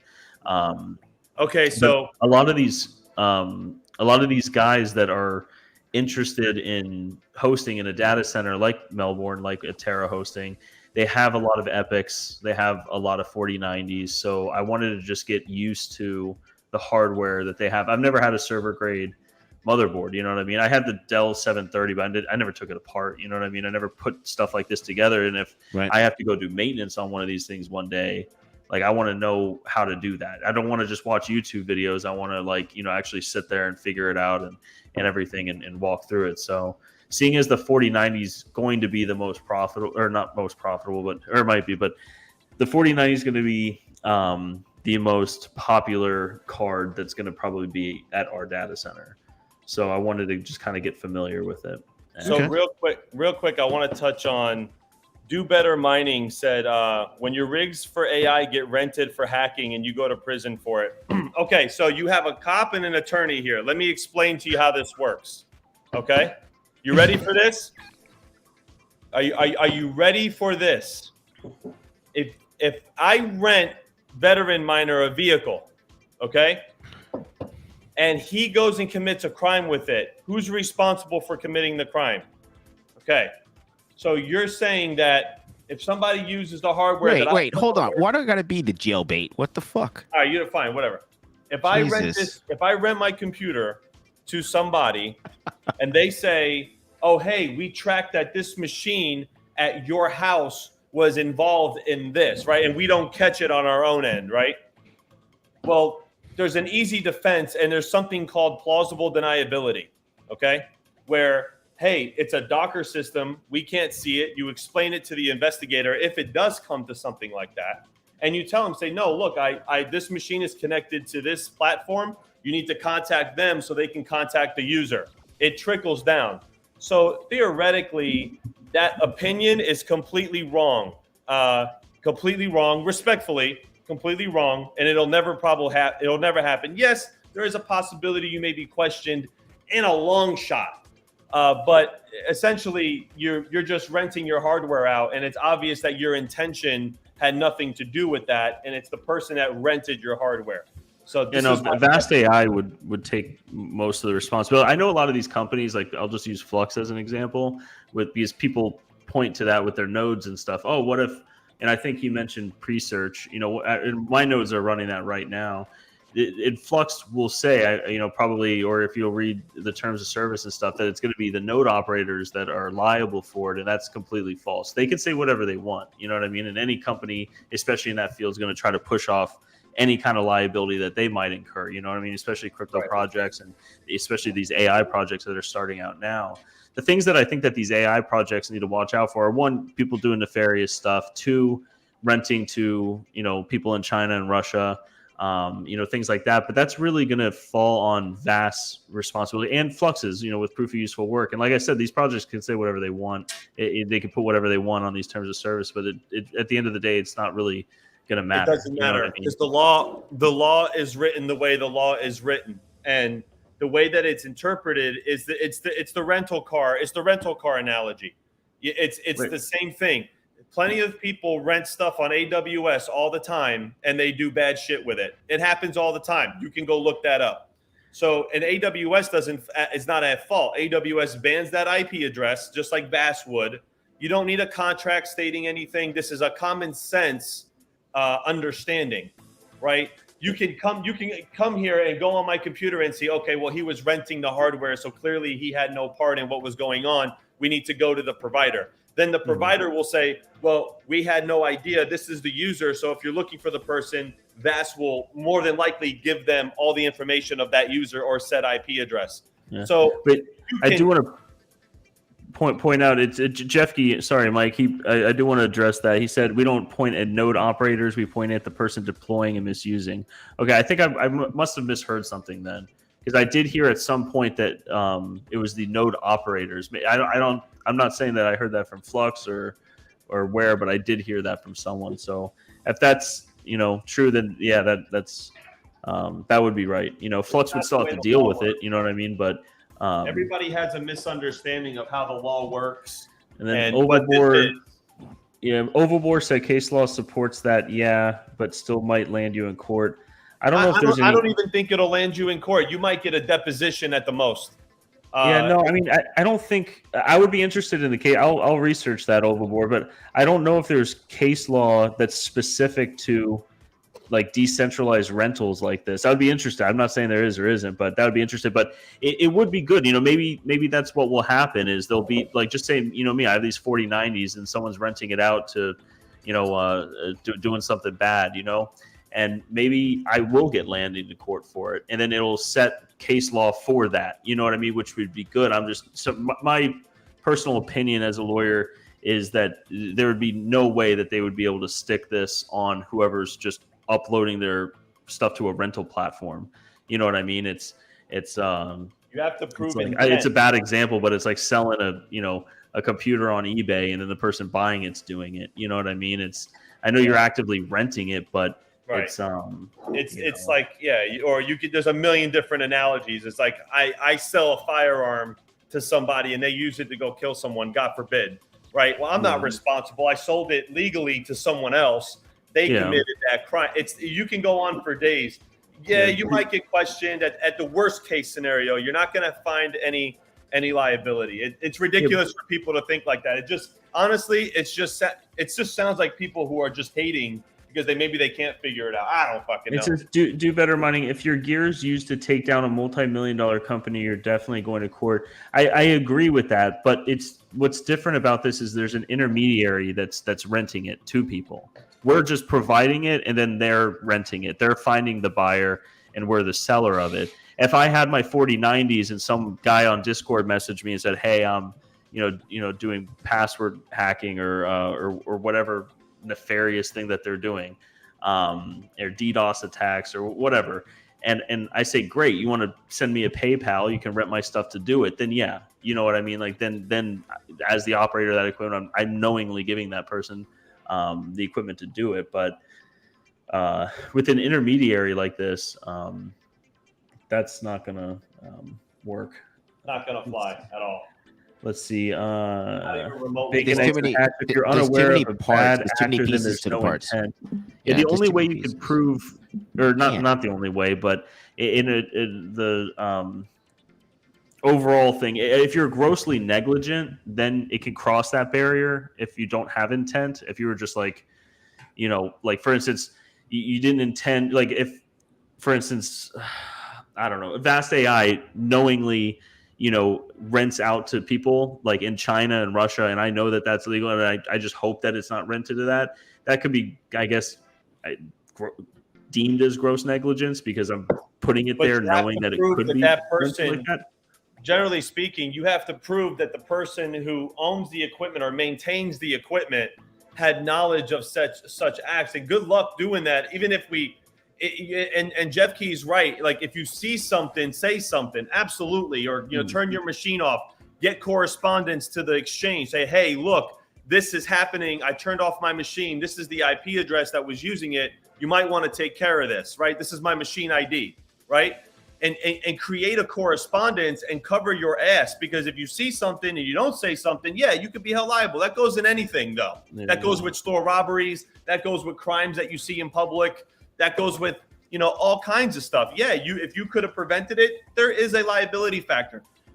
Anybody can sue anybody for anything. I could sue anybody for just looking at you the wrong way.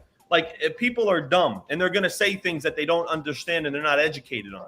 So when you're educated on something and you know how the law works and you know how things work, you know that this is not a big deal. It's really not. So Crypto Craig's asking if they have KYC on VAS for renters. I don't know. They definitely have KYC for us. So I'm assuming that the renters would have to put in like information. I don't think it's a decentralized, fully decent. There is KYC. There has to be, because if they're giving us 1099s for the work, then they are running a legit operation. You know what I mean? You're probably going to have it, because you're becoming like a data center provider. That's what that's essentially what you are. And data centers are not being shut down across the world because people are renting their hardware and doing bad things. They're covering their ass. They're identifying what's going on. They're banning those IP addresses, and they're reporting them as such. And that's what you should do in that manner. And if you do the right thing and you have the right intent and you're good-hearted, you're always going to come out on top. Yeah, you might get a question here. You might get asked, worst case scenario, but everybody needs to stop with that bullshit, because it's bullshit. It is bullshit. It's bullshit. Yeah, I mean, do better mining. He's just making a point. He said the point I'm trying to bring to the table is risk management. It is a good point. No, he's right. It's a good question to ask. He's right. The risk management. He's completely right. I don't know. It's not personal, bro. All love to you. You make up a point, and it's a good question to ask, but it's not as big of a threat as people think it's going to be. With a little bit of understanding and, making sure that you have practices in place that will cover your ass in case you do identify something that's going on, which is why I explained this earlier about, looking at the logs, right? Every now and then, check the logs, see what's going on, document that you checked the log on this date and you didn't see anything, or, go into this, all kinds of stuff you can do. Like, I think it really falls on the providers. You know what I mean? And Jeff Key made a point here.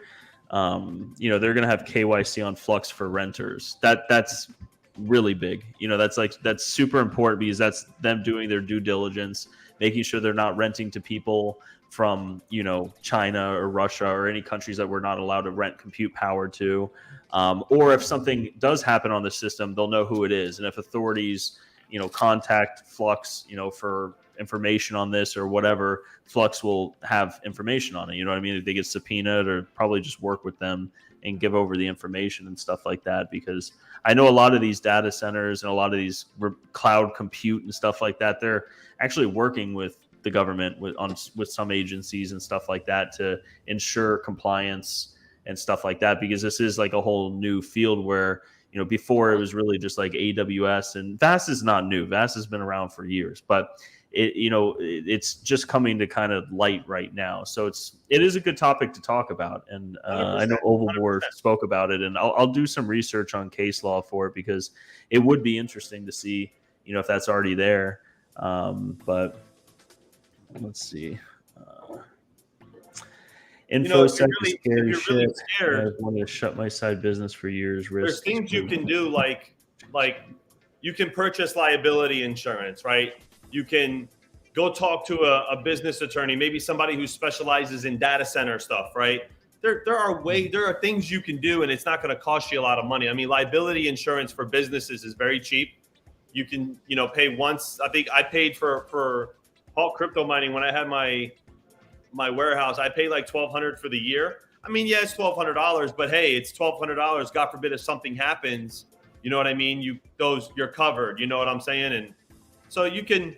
There's ways to protect yourself. You just have to protect yourself, and then that's all it is. Like, and that's it. You go get a policy. Cover yourself. Make sure you document everything. Run it like a business, and you should be. Just do your own research and just get the right information that you think you need, and then make your own personal, choices. That's the bottom line. That's all. If it's not for you, it's not for you, right? Yeah, it's not for everybody. That's it. Like I said, my own personal opinion. I see close to zero liability for renting compute power, but again, that's just my opinion. Right. And, I feel the same way. And you know what? There's nothing wrong with taking out like a little personal policy or something like that to cover your ass. Mm-hmm. You have to treat it like a business. In businesses, we have insurances just in case. That what if, right? Sometimes just, and then you just move forward.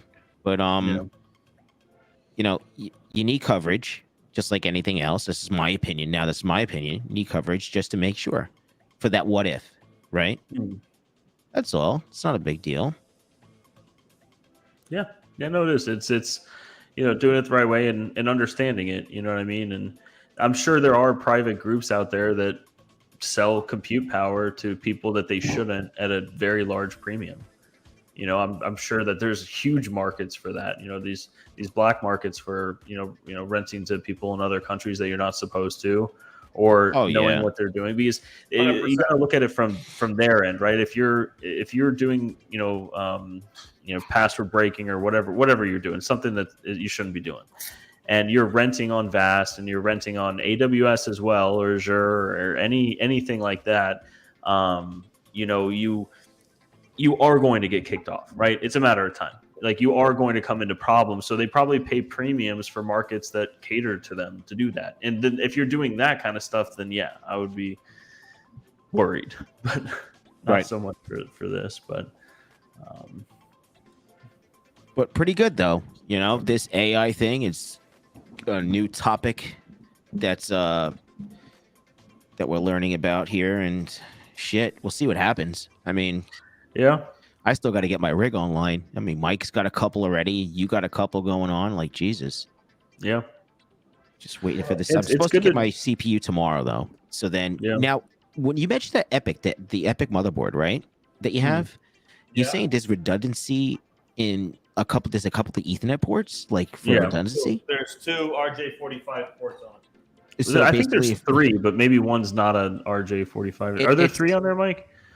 Mine has 2. They were made for redundancy? Is that what you're telling me? Server motherboards, yeah. Oh, no, there are 3. Yeah, here. They're just made for redundancy. I'm just trying to say that one more time. I'm guessing. Yeah, I'm not an expert when it comes to networking and stuff, but I assume so, yeah. I know that you would have redundancy the SPS on plus each server, the RJ45 in and out. IPMI. I'm trying to read in the comments because I know we have guys that know it. Dual NICs, yeah. Okay. Yeah, that's pretty cool. Overboard Tech will know a lot of the answers. He's pretty... Second TL knows too. Second TL knows a lot too. Yeah, these guys, they know what they're talking about. Yeah, that's what's nice. Like you say, you could just get like a hotspot or something and throw it up there and connect that to a switch, and then that switch goes to like every secondary port on these things, so so what's the difference between what's the difference in your motherboard compared to what Mike has, Mustang? It's the same motherboard. Oh, just different CPU. Yeah, Mike has, I think, a little higher powered CPU. Yeah. And wait, so your Mobo combo, you got a combo too, was less money? No, mine's a 2nd gen Epic. So I think my Epic and Mike's Epic are very close, but it's the same generation, right? But he has more cores in his, I think. No, but it was the same amount of money. 64 thread. It's just I think I'm 24. I think I'm 2448. Really? Yeah. What model do you have? The 7402P. But my board combo was, I think, 1150, and that included the Epic, the board, and I went with 256 gigs of RAM. And that was not for any particular reason. It was. You got the RAM too. It comes, the whole thing comes as one. Oh shit. Okay. It comes together. Yeah, here I can share tell you, it all comes together. Here I can share the eBay if you're interested. Well, I'm building this one because it's in a server, right? So now you have to worry about fans and everything else for cooling. So the workstation I have is perfect for the 236. Well, Dave, like I said, use what you got right now and see if you like it, if you can even keep up. You know what I mean? If you can, then make an investment. I like it. Yeah. I mean, it's not really much an investment. I mean, you're talking about a motherboard, right? So we're just motherboard, RAM, and CPU. Everything else. This is the new one I'm going to get. GPUs. It's a slightly higher end CPU, but this is the same. I'm sure this is the guy Mike bought from, because it looks like his box that came in is $1,300. Start with a T. Yeah, Tug M. Yeah, me and Second TL bought from the same guy as well. Yeah, I bought from this guy too. What's the reason for that, Mike? That's a $1,300 setup. This CPU has, I think, 48 cores or something. I will say here probably. Yeah, 48. So this has 4896, whereas mine right now has 24 and 48. And I don't necessarily need it, but it's not. I think it comes out to like $150 more all in, or maybe 200. Well, I think you said it was like $350 for that you just paid for like the setup you have for $250. That's $1,300. I thought you said you paid $250 for your mobile combo with RAM. No, I paid like $1,200 or right around, or $1,150 or $1,200 for. I mean, you can get the first gen Epic with RAM for like $300-400. It's there. Yeah. That's what you have, right, Hawk? No, I have a second gen. I have what he has. Oh, so you didn't pay $300 for that setup? I paid $1,100. Oh, okay. Yeah, well, you guys are balling. Maybe the reason why I'm going with this one over the one I initially got, like I said, it's a learning process, right? I wanted to jump into it, and there's not much info on this stuff online, and no one had one of these things built. So I was like, I'm just going to jump in. But after doing it, these single epics, I'm pretty sure can handle 5 cards. And that's the ultimate goal, is to kind of like take these out of the computer cases at some point and, repurpose them. But then, put 5 cards on there. So I'm thinking in my head, okay, how many, like if I have 5 4090s on there, how many cores do I want per 4090 if I split that, rig up, you know what I mean? Like if I split that into like 2 GPUs in one, 3 different VMs that are doing it, or whatever kind of configuration you want, it's better to have more cores for that, especially if you're splitting it up multiple times. If it's just one machine, it's not going to really matter. You're not going to get more money, renting it out. But like I said, I'm just kind of trying to future proof it. And I have to be honest with the ROI on I hate using the word ROI because it's not a direct return, but it's relatively great, compared to a lot of mining and stuff like that. But it's a whole different breed. You know what I mean? It's a whole different setup. But I mean, you really have to work for that setup. You really have to put a lot of time to get that set up, and then make sure that you have the uptime and it stays stable. Yeah, you have to have the like Mike said, you don't need to have like the best internet, but every little thing you get a little bit better. You know what I mean? So you get a little bit more money that you can rent it for this, for that, for NVMe speeds even. I mean, they might be very small, but a bunch of different things added up are good. It's I know just like making a gaming computer, right, Mike? So you can get by with like a less expensive, card, or less RAM, or just like 16 gigs. But then like, if you want a better experience, you're going to have to upgrade. You're going to have to upgrade the CPU, maybe the motherboard, because it doesn't give you enough.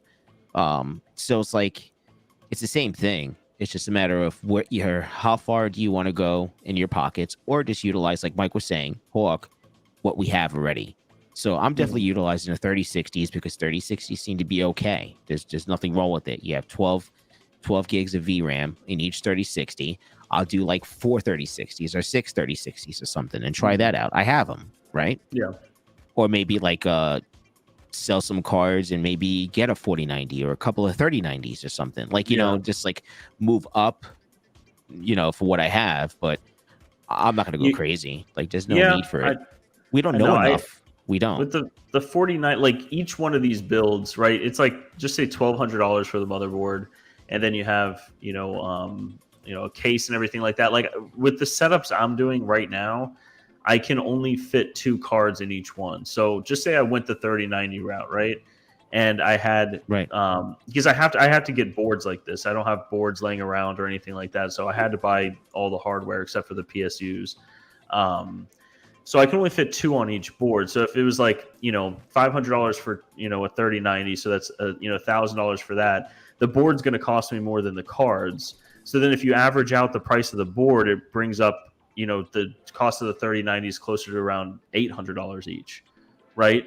And then you have the PSU just for that. Whereas if you load them up with 4090s, and just this is almost hit over my mic. This is just in my example, in my situation, is to get the same amount of revenue coming in, I would have to purchase another board, another CPU, more RAM. I would have to purchase another case to put it in. I would have to put another power supply in it. I would have to get all the fans. I would have to get, double the NVMEs. Like I'd have to build a whole nother machine to do it, to just generate the same amount of revenue as if I had the one machine. So it was more cost effective. I know it doesn't sound like it, but when I looked at the numbers comparing it to the revenue, it was more cost effective to go the 4090 route. Or it was very close. So, but I don't know. It's intriguing, but baby steps for me, that's for sure. And I'm sure that's what you guys are doing too. So it's just that we'll see how it goes. Everybody, bro. Yeah, it's going to be a learning curve. Yeah. You may think that this is good or something like that. And we're like, oh shit, well, this is not really relevant, but maybe we need to do something with this or that or whatever the case may be. But you got to start somewhere, right? So yeah. I mean, some of your hardware that you got, and that's it. Tomorrow there might be a language model that comes out or something like that for some reason like really utilizes like A4000s or something like that, and there's a huge demand for them. You know what I mean? Then all of a sudden you can build a bunch that'll be the most profitable setup. So you don't really know. It's not like mining where it's like this card is good for this algorithm. You apply these overclocks and that's just what it is. Miners might come out and update efficiency, or you might get better hash rate or whatever it is. But with this, you're kind of dependent on what people are using it for. So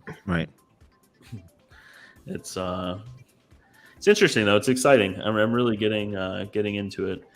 I think I'm going to build out a couple more, but I'm going to wait a little bit. I do see 4090s are disappearing on Newegg, so it kind of makes me want to, buy maybe 2 or 4 more to have them. But you never know. You never know. Let's see. Ovalboard Tech is saying Sandy Bridge Celeron and 12 4090s on Gen 2 X1. You won't. Yeah. Second TL, the better the specs, the better chance you get rented. That is true. Yes. It's I agree on that. It's Jeffkey, it's purely the combination, but playing with AI on Flux, CPU, MEM all have a big role to play. Yeah, they do. It kind of depends. But Jeffkey, I was saying before, the person who's renting my 4090s right now, they're not using the RAM, they're not using the CPU at all. They're just using just the 4090s that are running at anywhere from 50 to 80% usage. So it kind of just depends what it is. But you overall, like you're saying, you want a good rig because you don't want someone to not rent it because they're like, oh, this guy's lacking, the processing power, or this guy's lacking the amount of RAM or something like that. So you kind of want, it's worth it, I think, to pay a little bit extra to get a little higher end everything. And that sounds like it's not that. It sounds like it's a lot more extra, but it's really not. For that just in case factor, I guess, Mike? Yeah, because it's like, you want to be rented all the time, right? You want to have an attractive price and you want to have an attractive rig. So you want to make sure that rig is going to be attractive for everything that someone can throw at it. Right. If you make it a specific use case, and I'll use Stable Diffusion again as one, which, that nice, the higher end GPU you have, the better for that. Love that word. What, Stable Diffusion? Yeah, you just say it every day. Well, yeah, I mean, that's the language model. I love that language. If anyone doesn't know the language model for that, it's like what I think like Midgard and stuff like that use. Like you type in like, a sentence basically, like a dragon flying through Mars with Elon Musk, and it'll generate like a photo of that. And you could set the how realistic you want it, and it takes a while to render and stuff. I like using it as an example because I think it's so cool. But a lot of people will be building build outs that are good for Stable Diffusion because that's really hot right now. But what if all of a sudden Stable Diffusion switches over and they allow 2 GPUs? You know what I mean? You want to make sure that the builds that you're doing can be somewhat adaptable. So let's see here. The faster they are, the faster you get the work on the GPU. Wait, let me scroll up a little bit. Here's Mining Kiing coming in talking shit. The CPU MEM are there to present the work to the GPU. The faster they are, the faster you get the work to the GPU. That's true, Jeffy, but there's some, we've noticed at least Mike's and Jarrett's or like Hawk and King's AI rigs that they built, they're getting their CPUs are getting hammered and their GPUs are kind of just hanging out. So Not even being used. Yeah, not even being used. So it's kind of like, I don't know. It's just it's interesting. But yeah, I think having just an overall well-rounded one would be good. Do better mining. Does anyone have a 12x GPU AI rig up? Not that I have seen. I'm sure they're out there, but They're all fast. We don't know about that. yeah, you would need like what the hell would you need? About $50,000? You need like a well, dual 12 epic, wouldn't fit in a normal rack. So at least from what we've seen is I've been like a lot of what Octominer has put out where you can have 10 card ones at 2 slots, or I've heard around town that they might have 8 card variants and stuff like that, but 12 is a lot. GPURisers, is Hawk using Crest for the Epic? My 3060 had stable diffusion on it today and was using GPU 100%. I don't know. King, how do you see that your 3060 was running stable diffusion on it? He sees what program they're running on what I talked about earlier. Mine just says Python. Yeah, but you can go into the logs and you can find out, like, you get an idea what they're running, and then it's a simple Google search to say, well, what program runs stable diffusion? You can kind of get an idea of what they're doing. Oh, Docker logs. Okay, I'll bug you later, King, about that. I'd be interested to see what that is. That's what Hawk was saying, Mike. The Docker logs of what's running behind to find out what they're running. Yeah. So you could take bits and pieces of the information and basically just Google it, right? Yeah, see what it is. You might be able to make something out of it too, depending on the verbiage. I haven't looked at it yet because I haven't set mine up, but tomorrow I should get my CPU, and like you did yours on the weekend, that's what I'll probably do. I'll probably do mine on the weekend, try to videotape, do a good video on it. I'm not sure yet because holy crap, it's intense.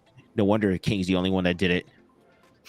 Yeah, I mean, good thing It's is you got the insane, cables to do it. That's important. And I do need to bug you actually, because this is I think it's feasible. I'm pretty sure it is, but a lot of these cases that I'm finding to be able to fit maybe 4 or 5 4090s in, it has like they're like old GPU mining cases, but they all have like ATX power supplies. What I want to do is take out like the whole chassis of an R8 for the PSUs. Like the 4 750 PSUs with the breakout board, put that where the ATX power supply would go in one of these old school mining server cases that are like literally like 8U. They're like big. Mm-hmm. But I want to do 6-pin to 8-pin, which I know you sell. So I would need like 8 of those or 4 of those for each card for 4090s. And then I don't know how many pins are on 6 pins are on the Octo breakout boards. There's a lot. There's a few. I don't know. I 4 thought like 4 would be 24. 16. Isn't there 20 at least 24 of them? Am I out of shit? I can't believe you guys don't know that. Isn't it like 24 of them or something? I don't know. I'm gonna have to go look. King saying it said stable diffusion, no Google needed. That's cool. I'm gonna figure out the thing. I think it's gonna be at least 24, man. There has to be. I think On an X8. I think Dave's right. It's at least 24 because it looks like they're in rows of 2s. I'm just looking at the visual. Yeah. Yeah, there's 24 because there's 2, 4, 6, 8. It could be It might be more. more than 24 actually. 36. Yep. Or 32. 24, 32. Hold But I'm on. gonna go count the I got one shit. right here. Hold on. I got one. Count right it. Yeah, because and then that's another thing too. So like on the Octa things, right? So like I'm able to manipulate the cables so you could utilize like that whole breakout board more efficiently, right? So like I could double up the 6 pins to 6 pins and everything else and utilize the cables accordingly. So you don't have to like double up. You know how like sometimes 24. it is 24. So you know how they double the cable, but I can make a dual 8-pin out of a 6. You know what I mean? Like I could do it all, but it's just a matter of like you're gonna see King's gonna because the wire is so short, so it's like less resistance is minimum, but I'm actually doing 8-pin to dual 8-pin for a GPU. Oh, So that's going to be the 8-pin, yeah. Yeah, 8-pin to dual 8-pin. So basically, it's like having a Y adapter, right? Basically, what I mean? It's like, so I'm just doing that because it's only 10 inches in length. Yeah. So it makes sense because he needs like an extra cable. So you guys will see that probably in a video or something like that. But that's what I'm making for Kiing itself, because the great thing, well, the Dell workstation is a legitimate 8-pin. Like, they made that breakout board and they did the 3 powers, then the 2 grounds on the side, the +2 pin, and then the 3 grounds, and then the other 3 grounds on the top. So like, because the Octo miners, it's only 6 pins, and then the Octo server case, it's only a true 4-pin, right? Just like 4 powers and 4 grounds. It's not 5 grounds. So I have to manipulate that ground and double up the ground. But like on the Dell workstation, they made it correctly, like a regular PCIe, ATX side, PCIe 8-pin. So we'll see. That'd be pretty cool. There's so many things that I can do, but we'll see. with 24 output, I mean, you mentioned that you could do like Y, splitters and stuff for it, but with 24, you could have 5, 4-pin GPUs, like 4090s, and then have an extra 4 left over for CPU, I guess, and motherboard. So I don't know. I want to explore that because I think it's not going to be the next build that I do, but like I kind of like the build that I did, right? You got to take into account the motherboard, the case, all this stuff, and then you kind of how I do, at least in my head, is I'll divide that by 2 because that's how many 4090s I have, and then that is really how much the 4090s are. So if you can only buy one motherboard and just use the Octo PSUs and stuff like that, or the chassis with the breakout board, your cost per 90 is, as you add them in, it gets cheaper and cheaper and cheaper, because you're still using the same hardware. You know what I mean? So it's, like for instance, just say it was $5,000 for the build that I did. The cost per 4090, because there's 2 there, is $2,500. Right. But if I could fit 3 in that, and it was $6,500, then the cost per 4090 is going to go down. You know what I mean? It's as you add them in and you can keep the same motherboard and the same power supply and everything like that, it lowers your overall cost. I mean, I just have to like re-engineer those pieces, right? If once I find out what triggers and everything else, and because the server power supplies provide you with your low voltage as well. Okay.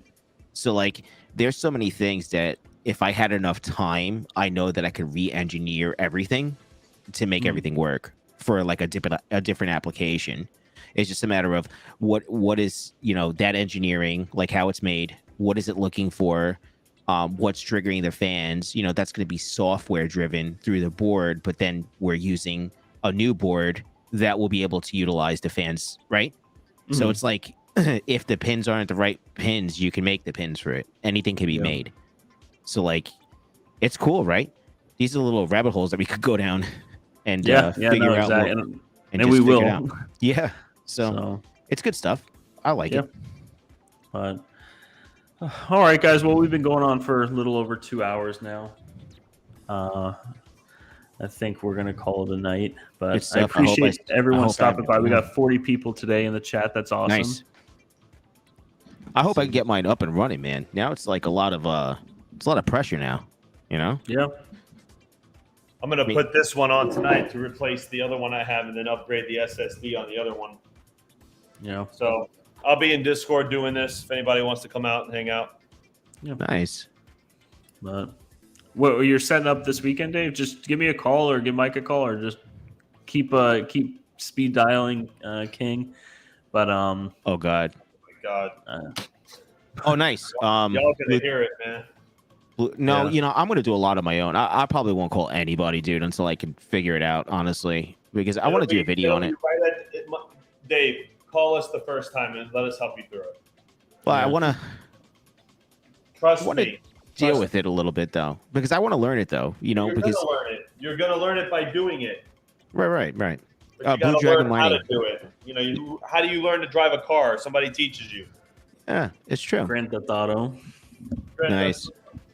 Blue Dragon Mining saying he got the cables today. Awesome. Thank you. Looking forward to purchasing more cables in the future. I appreciate you, Blue Dragon Mining.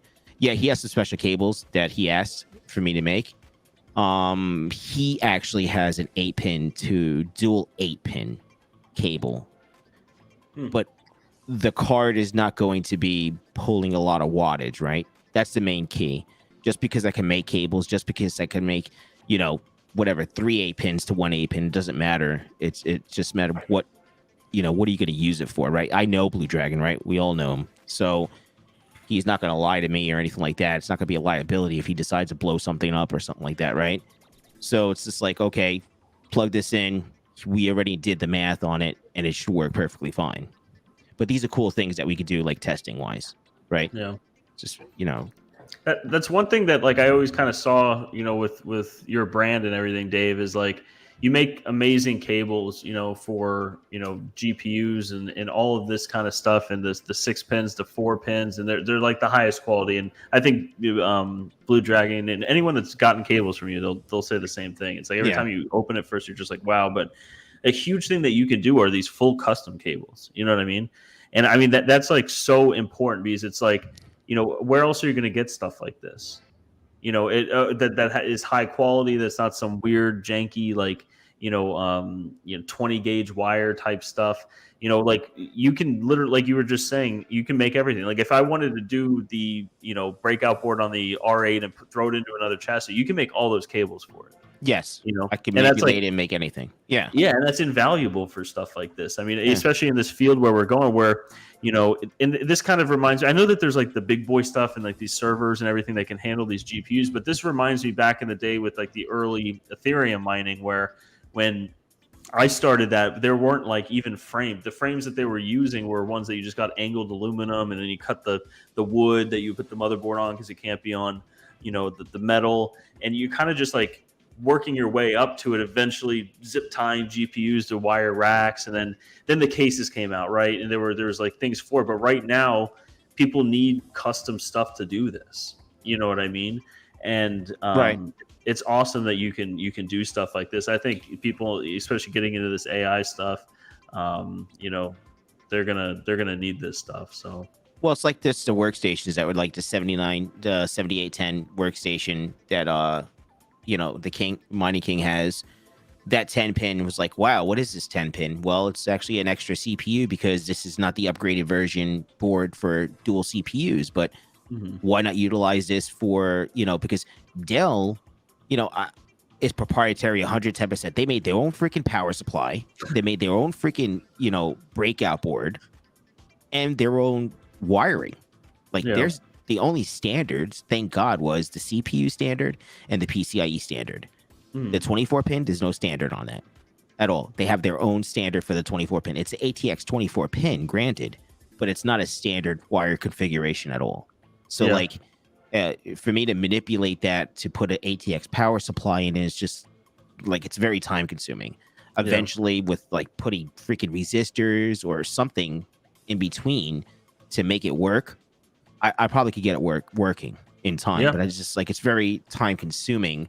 So okay, so you just got to get a upgraded power supply for that. But I guess at the end of the day, it's that 10 pin, when I'm getting back out that CPU 10 pin, right?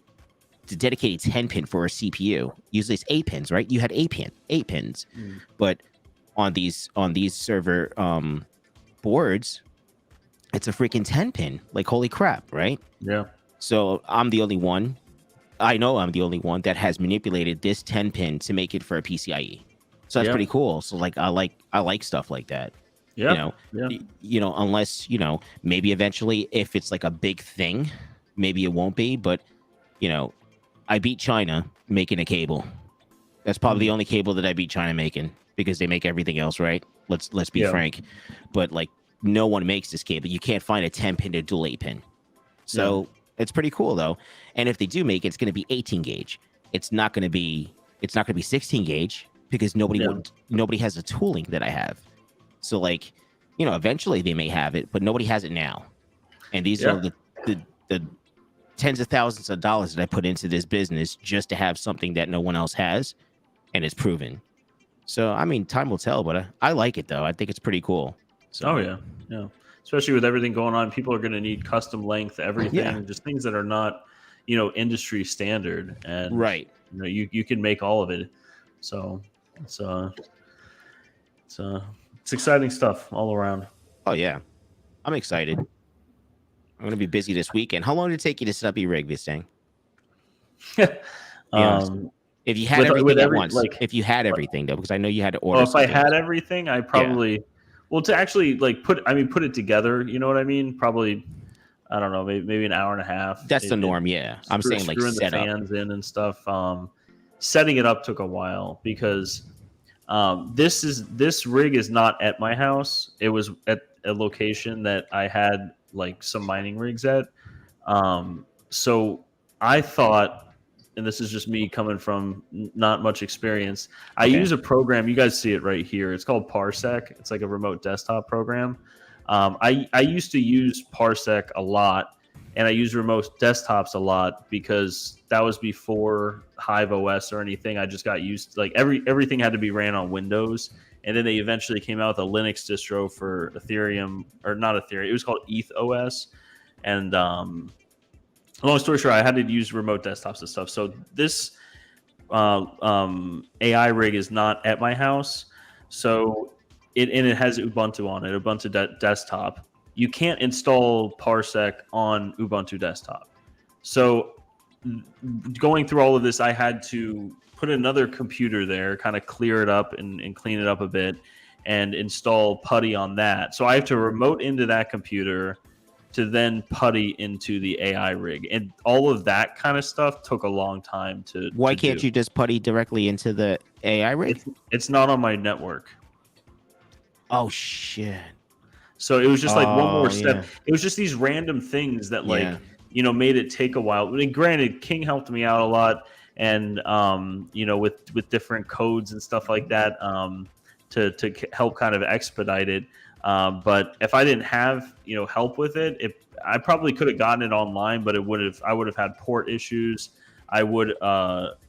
He helped me greatly with splitting up the drive, like assigning a drive to VAST. I had no idea how to do that. So there were a couple things that were on there that aren't on VAST website where you kind of have to know Linux a little bit or a lot of it to do it. So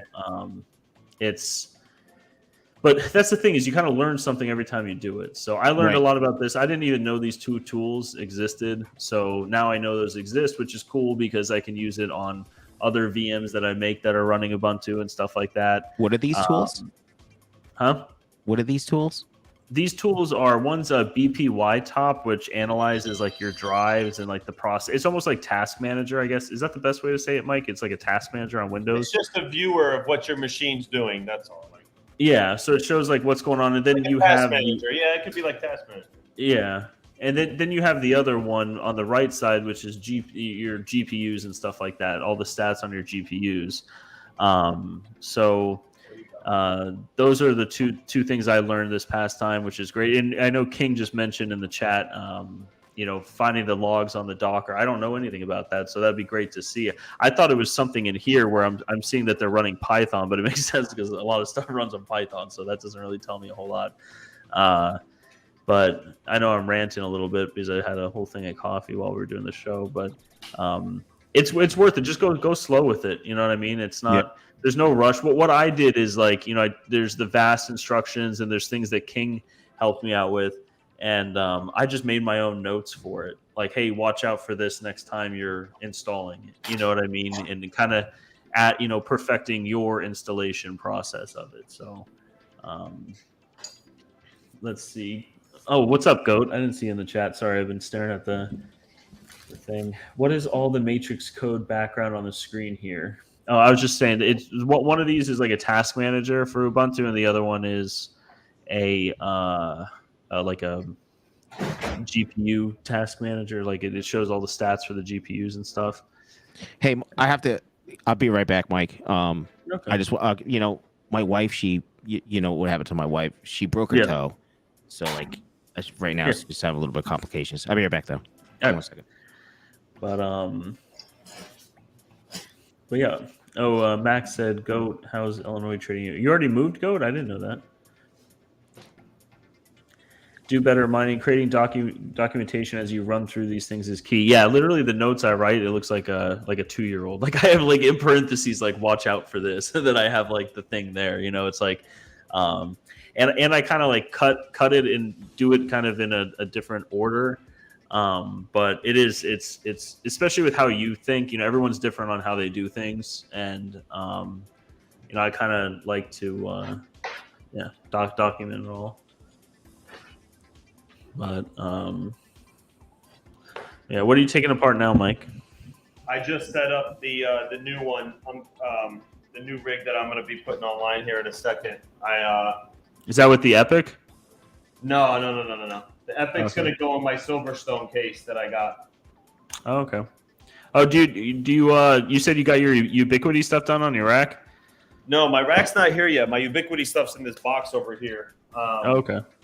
But like I said, this 3900X motherboard, the CPU rig on Bass, I think I'm just going to take it down and redo it because I think it's the RAM, honestly, and the drive that are just not good enough for their benchmarking. So I'm going to have to shut it down, take it over here, work on it. So, and that's it. I'm going to probably put this one online with another 3090 because this is a pretty beefy machine. Hmm. This one's got a 2 terabyte. So this one, the thermal take case, I put a 3090 Gen 4 riser cable, 2 terabyte hard drive. It's got an i7 9th gen with 64 gigs of RAM. So it should be enough. Yeah. So, it's got an I/O on the CPU too, so an AIO on the CPU. So it should be enough. I'm going to put this one on and run it. Because these computers are just sitting around doing nothing, dude. I might as well do something with them. Yeah. So Goat said that he had to rewatch his own videos to remember what. Yeah, it's like I was saying earlier in the stream, like the one thing with the servers that I remember because of the R730 I have in the garage is you have to have a VGA cable, and then I learned the lesson on that one because I didn't have one. So then I got a VGA cable, and then I realized I didn't buy a bi-directional one because it was like VGA to HDMI. So then I had to get a bi-directional one. And it was like, problem after problem. But then when I was setting up this one, for some reason, I just didn't think about it. So I didn't have it with me. So then I had to go get it. And it's like, so like literally in my notes for setting up Vast and stuff like that at the top, I have like bring VGA cable, bi-directional VGA yeah, cable. for server grade, yeah. Yeah. So it's like, it's just simple stuff like that like, takes all the time. So it's like the last 5%, right? That takes all the time. So. Yeah, it's fun, man. It's something new to do with this hardware, and just to see what happens with it. I mean, look, it could become so saturated that it's not worth it, right? And it's just a lottery system for like people like me and you who do it at home. But maybe data centers have a different pool. You know what I mean? And if you have the time and the tech, and it's not a lot of money, like this rig right here costed me $80 to put on right here because all I did was replace the hard drive, the NVMe. Yeah. That's all I did. So we'll see how it goes, man. Yeah, but Excited about it. Yeah, no, it's fun. It's diving into it. When I first started mining Ethereum, it was me and my buddy split it, but it was a 6-card 1060, 3 gigabyte setup, and we kind of went into it like we might lose all of our money, but it's interesting, and it's like we want to see, what will come of it. You know what I mean? It's like a learning process and everything like that, and that's kind of how I see this too. And like I said, if I could have repurposed hardware, if I had CPU mining rigs and everything like that, I would definitely what I would probably actually do is be taking out my 3080 Ti's, in my R8s and just converting all CPU rigs over to those. But I'm just gonna buy like 6 4090s, I think. Yeah. And what are those things? $1,300 per Epic motherboard Mobo combo. Vortex. Yeah, it's expensive, but it is kind of nice consolidating some equipment down. You know what I mean? So I had a lot of GPUs, like tons of GPUs, and my first consolidation was all like the 6600 XT, 6600s, and I probably had about like 60 of those. And then I just did another consolidation down, and that was 42 cards. That was like a mixture between 3060 Ti's and 3080s, 3070s. But I still have a good amount more, so not diving into it completely, but getting my toes wet. You know what I mean? What's the guesstimate? So what is like the full combo set ready to go? 8-ish, 8,500. Like what I spent on mine. Yeah, give or take. I mean, you did the Noctua fans and stuff like that, right? I mean, they probably could just. Yeah, like I spent about, I would say, right around $5,000 or 5,200. But I also reused a 1,600 watt power supply. Yeah. Oh, well, I'm talking about the 1,600 watt power supply as well. So yeah, I didn't. Yeah, if you add that in, I mean, those are honestly not that expensive on eBay. You could probably get them for like 160, 170. So I definitely wouldn't buy those. No, the only thing new that was there was the case. Honestly, the Noctua fans, though, in my defense, they were cheaper than like any other, Corsair ones. I just wanted something that was going to move air. I already bought new fans actually for future cases on eBay, giant like lot of fans, so that it averaged like $4 a fan. So I'm going to save a lot of money on that on the next build. But they're just like workers, just loud, obnoxious workers, though, right? Those fans you're saying, like the other ones, to just move air. And only 2 cards. I mean, is not it's not that hot. Don't need that much. You know what I mean? Like you can see the temperatures that it's on right now. These cards are not. No, they're not burning up, and so I don't know. I know $5,000 is expensive, but the ROI on it, as long as it, even if it can average, just say $15 a day. What is that? That's $5,000, 15. It's 333 days, but it's slated to make like $22 a day. So that's assuming it's not going to rent, and I don't know. Hopefully it goes through. But that's a pretty good. I don't want to say ROI because at the end of it, you have the equipment still and everything like that. So it's making more money than the equipment is depreciating. You know what I mean? Because worst case scenario, Mike, you'll just have some sick ass gaming computers. Yeah, that's true. I do need to. I am going to do my home computer at some point, but that's going to turn into like exactly what Mike's doing. You know what I mean? I have a 5900X, and I have I think 32 or 64 gigs of RAM, and I'm just going to put this in like a 2U chassis in the garage and just rent that out with a single GPU in it. Nice. But let's see. We got a couple more comments. Other than Mining Kiing, does anyone have any stats on what you made and electric costs for that rig on AI? Do better mining. I have the numbers on mine right now. It generates around, assuming it's rented 24/7, which it's not, but my rig makes around 85 cents an hour, and it consumes about, under load with this, I'm assuming like 600 watts because that's kind of what this is averaging, or 650 I think is what I ran. It's like $2.50 a day in electric, around that. But I don't know the answer to whether these language models use full TDP. It's obviously not with this one, but they might switch over to one that it's like burning these things in. I have no idea. So I know the CPU is not using a lot of power at all because it's not really being used at all. So those are kind of some rough numbers there. Yeah, Mining Kiing said electric costs will vary every month. Yeah, depends on who's renting it. Let's see. But even then, at the profitability, right? If you were to look at it from a profitability perspective, even if you make, $5 a day, right, or $3 a day, even it's only ever going to be like, if you have a 1 GPU rig and you're trying it out, what's the max it's going to pull when it's on load? 400 watts, 500 maybe. It's not even comparable. Not even that much. Right. So it's it's a moot point. If you're at 10, 15 cents.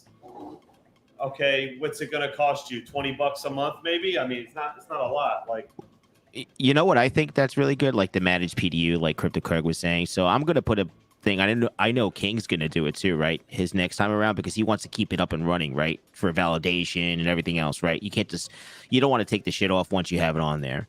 So I guess his next, like, he's supposed to have it like it's set for a certain amount of days. You set it for like every 30 days. How do you guys set your thing? That was another question.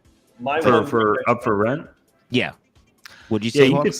You could set it like, for months. You know what I mean? And then, I don't fully understand the benefits or non-benefits of changing that around. I know, like, for instance, just say you set it for, a month or something like that, and someone rents it for a month, but then it's not rented, like it's rented at a lower rate. Then it's like, you kind of wish you could get it off and switch it over, which you still might be able to. I'm sure you get dinged. You'll lose the job, and your reliability goes down and all that stuff. So I have mine, I think, set to the end of September. That's kind of where I am. And you can also set maintenance schedules. Like, for instance, if like you get a text from AT&T or something, and they're like, hey, we're going to be down between noon and 5 on this day. You could set a maintenance schedule for that, so that, like, either it won't be rented during then, or someone who's renting it, I assume they're being notified of that. You know what I mean? So that's the thing.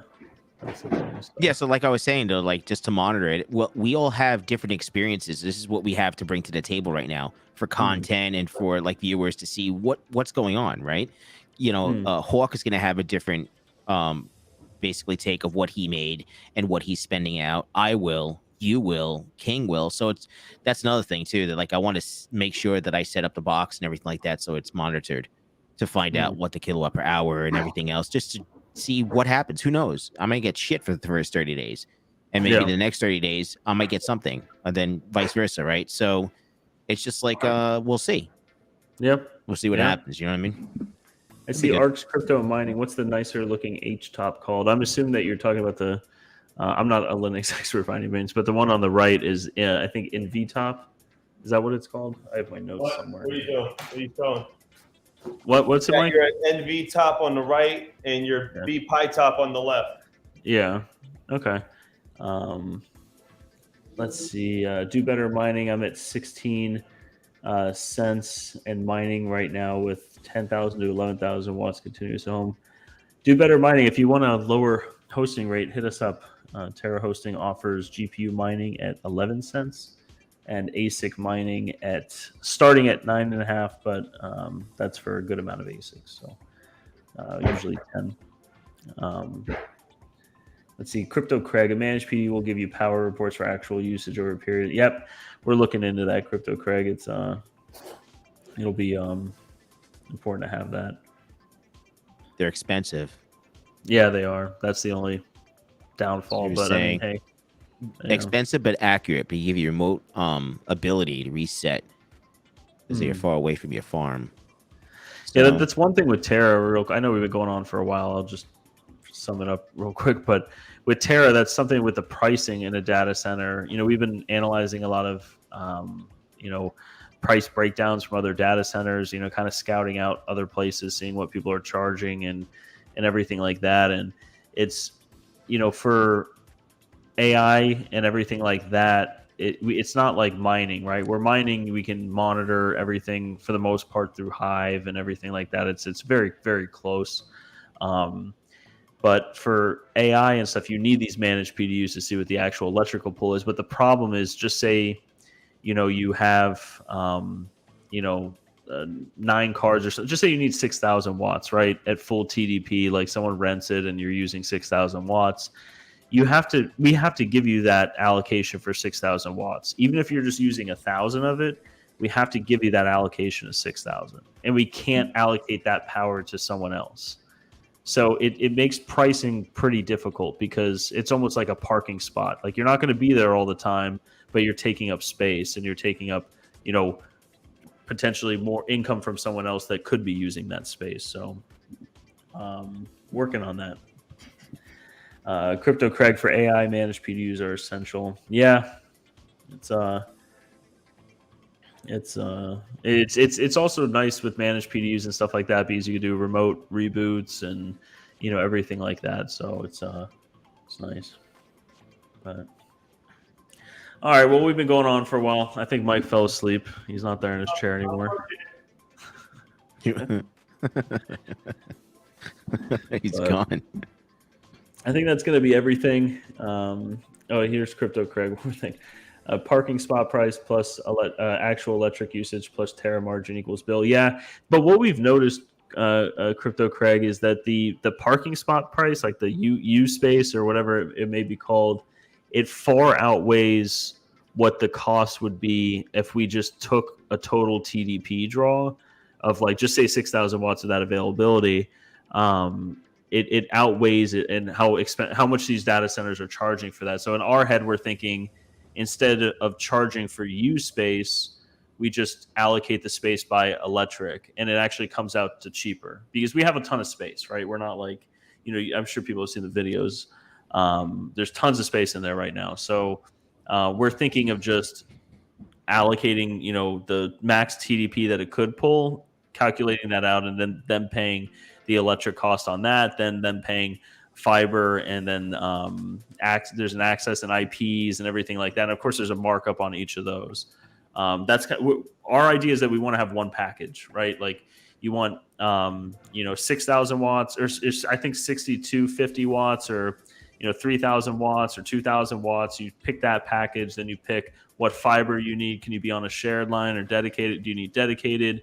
Do you need 1 gig or 10 gigs? Like what do you really need? And having just one set price a month, that's kind of what we're trying to do, because from speaking with people in the industry that are currently hosting AI rigs, that's something that they would want, because they keep getting these surprise charges from data centers, like, oh, this month you needed us to go check this. And then all of a sudden you'd see like 8 hours of labor that month that someone did. And there's like, $200 an hour, $300 an hour. And it's like every month is a different thing. And it's hard for these people to, anticipate what's going to cost what. So our idea is that we would include labor and it would just be an all-inclusive price, really. What you're going to pay every month. What you're going to pay next month, that kind of deal. So we don't know if that's the best route, but from our numbers that we've crunched so far and comparing it to other data centers, we are going to be much lower. But we also are not like a massive data center. You know what I mean? We're not like, Hetzner or OVH or anything like that. So we do have to be cheaper because we don't have all the crazy, amenities that they have. But I think we'll hit this market on the head here with this. So not yet. Not yet. No, not yet. But we don't have the pricing down yet. So that's we must have TV cables at the facility, or else. Yeah. There's gonna be a lot of demand for these cables, Dave. Especially we're all learning. Yeah. We're all learning, and time will tell to find out how the 18 gauge is going to hold up with all of these loads. Because you also have heat too. So like heat's gonna play a big role into whatever the sheathing that these other cables are made out of, because mines are rated for a certain amount of Celsius or Fahrenheit, the heat. So, that's the jacket. That's what, covers the clips and everything else. So it's, yeah, I don't know. It's going to be a trial and error, right? I just need to get this thing up, and I can't believe how I'm getting a little bit of anxiety of you have it up. Even Hawk. I mean, if Hawk can do it, anybody can. So I think I'll be all right. I mean, that's a true statement. If I can do it, anybody can really do it. So if I can't do it, let's just wrap it up. That's it. Just be the wire guy and just not talk about anything else That's ever again. Bro, you're done. Done. Finito. Done. But yeah. Like Kurt said, there's lots of things to consider. So time will tell. Yeah, there are. There's tons. Crypto Craig. It's right. It's a lot. It's that's why data centers, again, they charge per U, but our limitation is going to be power, for right now at least. So that's how we're going to charge, I think. But like I said, at the end of the day, you're going to have just one set price, and that's going to include your internet, your power, all the space that you want. It's going to include access fees, the IPs, whatever it is, and it's not going to fluctuate month to month. And it's also going to include labor. You know, we're going to have free X amount of hours every month for labor or maintenance and everything like that. So, and we will be very competitive. So, not just competitive, we're going to be, you know, substantially cheaper than a lot of these other places. And I mean, the numbers get kind of expensive, you know, with these rigs. You know, a $6,000 spot at Terra, for instance, is going to be expensive. I don't want to say any names or any numbers, but an all-in cost for that's going to be expensive. But we're also going to offer packages for 3,000 watts, and we're going to offer packages for, you know, 2,000 watts. So if you have, you know, A4000s or something efficient, you know, you don't have to pay for this usage that you'll never get to, you know what I mean? And then you can, of course, select, you know, shared internet or dedicated. We still have to figure all that out. I'm not the internet. Dr. King of AI is the internet expert, but oh yeah, King. But we're getting there. But I can guarantee we are going to be cheaper and fill that niche area. So that's exciting. But nice. Oh, Chili just dropped in. What's up, Chili? We're about to close up shop here, Chili, but thanks for stopping by, man. I hope all is well. Man, we've been going on for like how long now? I know this is what happens when I drink coffee when we're doing the streams. Like it's been like over 2 hours and 40 minutes or something like that. Yeah, 2 hours 42 minutes. You were very close. Wow. Okay. But not bad. All right, guys. Well, we're gonna head out. Mike's gonna keep building his rigs, and I got a wired mess back here, man. Yeah, I believe it. Don't look at it, Mike. Just focus on the table in front of you. Don't look at it. Just ignore it. It'll be okay. I'm gonna have to like shut everything down to move everything once I get my rack installed, and I think I can leave the one rig that's rented on, and then just move it and schedule schedule maintenance and then move it. Yeah. So, yeah. But all right, guys. Well, we'll see you next Wednesday. Dave is going to be hosting. Yes. I will maybe be in Melbourne. I don't know. Either way, I'll be here. got ASICs here that just arrived today that are going to Terra. Nice. So we got 8 of them right there, just part of the huge order. So if you guys want hosting, just hit us up, ask questions. I think we got about, what do we have, Mike? Probably about 60 or 70 that are going up there this time around. So yeah. So if you guys are interested, spots are filling up. Let us know. All right. Nice. Back to work. But all right, guys. Well, have a great night. We'll see you guys next Wednesday. Thank you for stopping by, everyone. We really do appreciate it, and for sure, man. Always fun conversations. It's a very interesting field, so I always have a great time doing this, and it's me too, it's awesome. man. So, but all right, guys, I'm going to end it here. We'll see you guys next week. See you guys later. Later.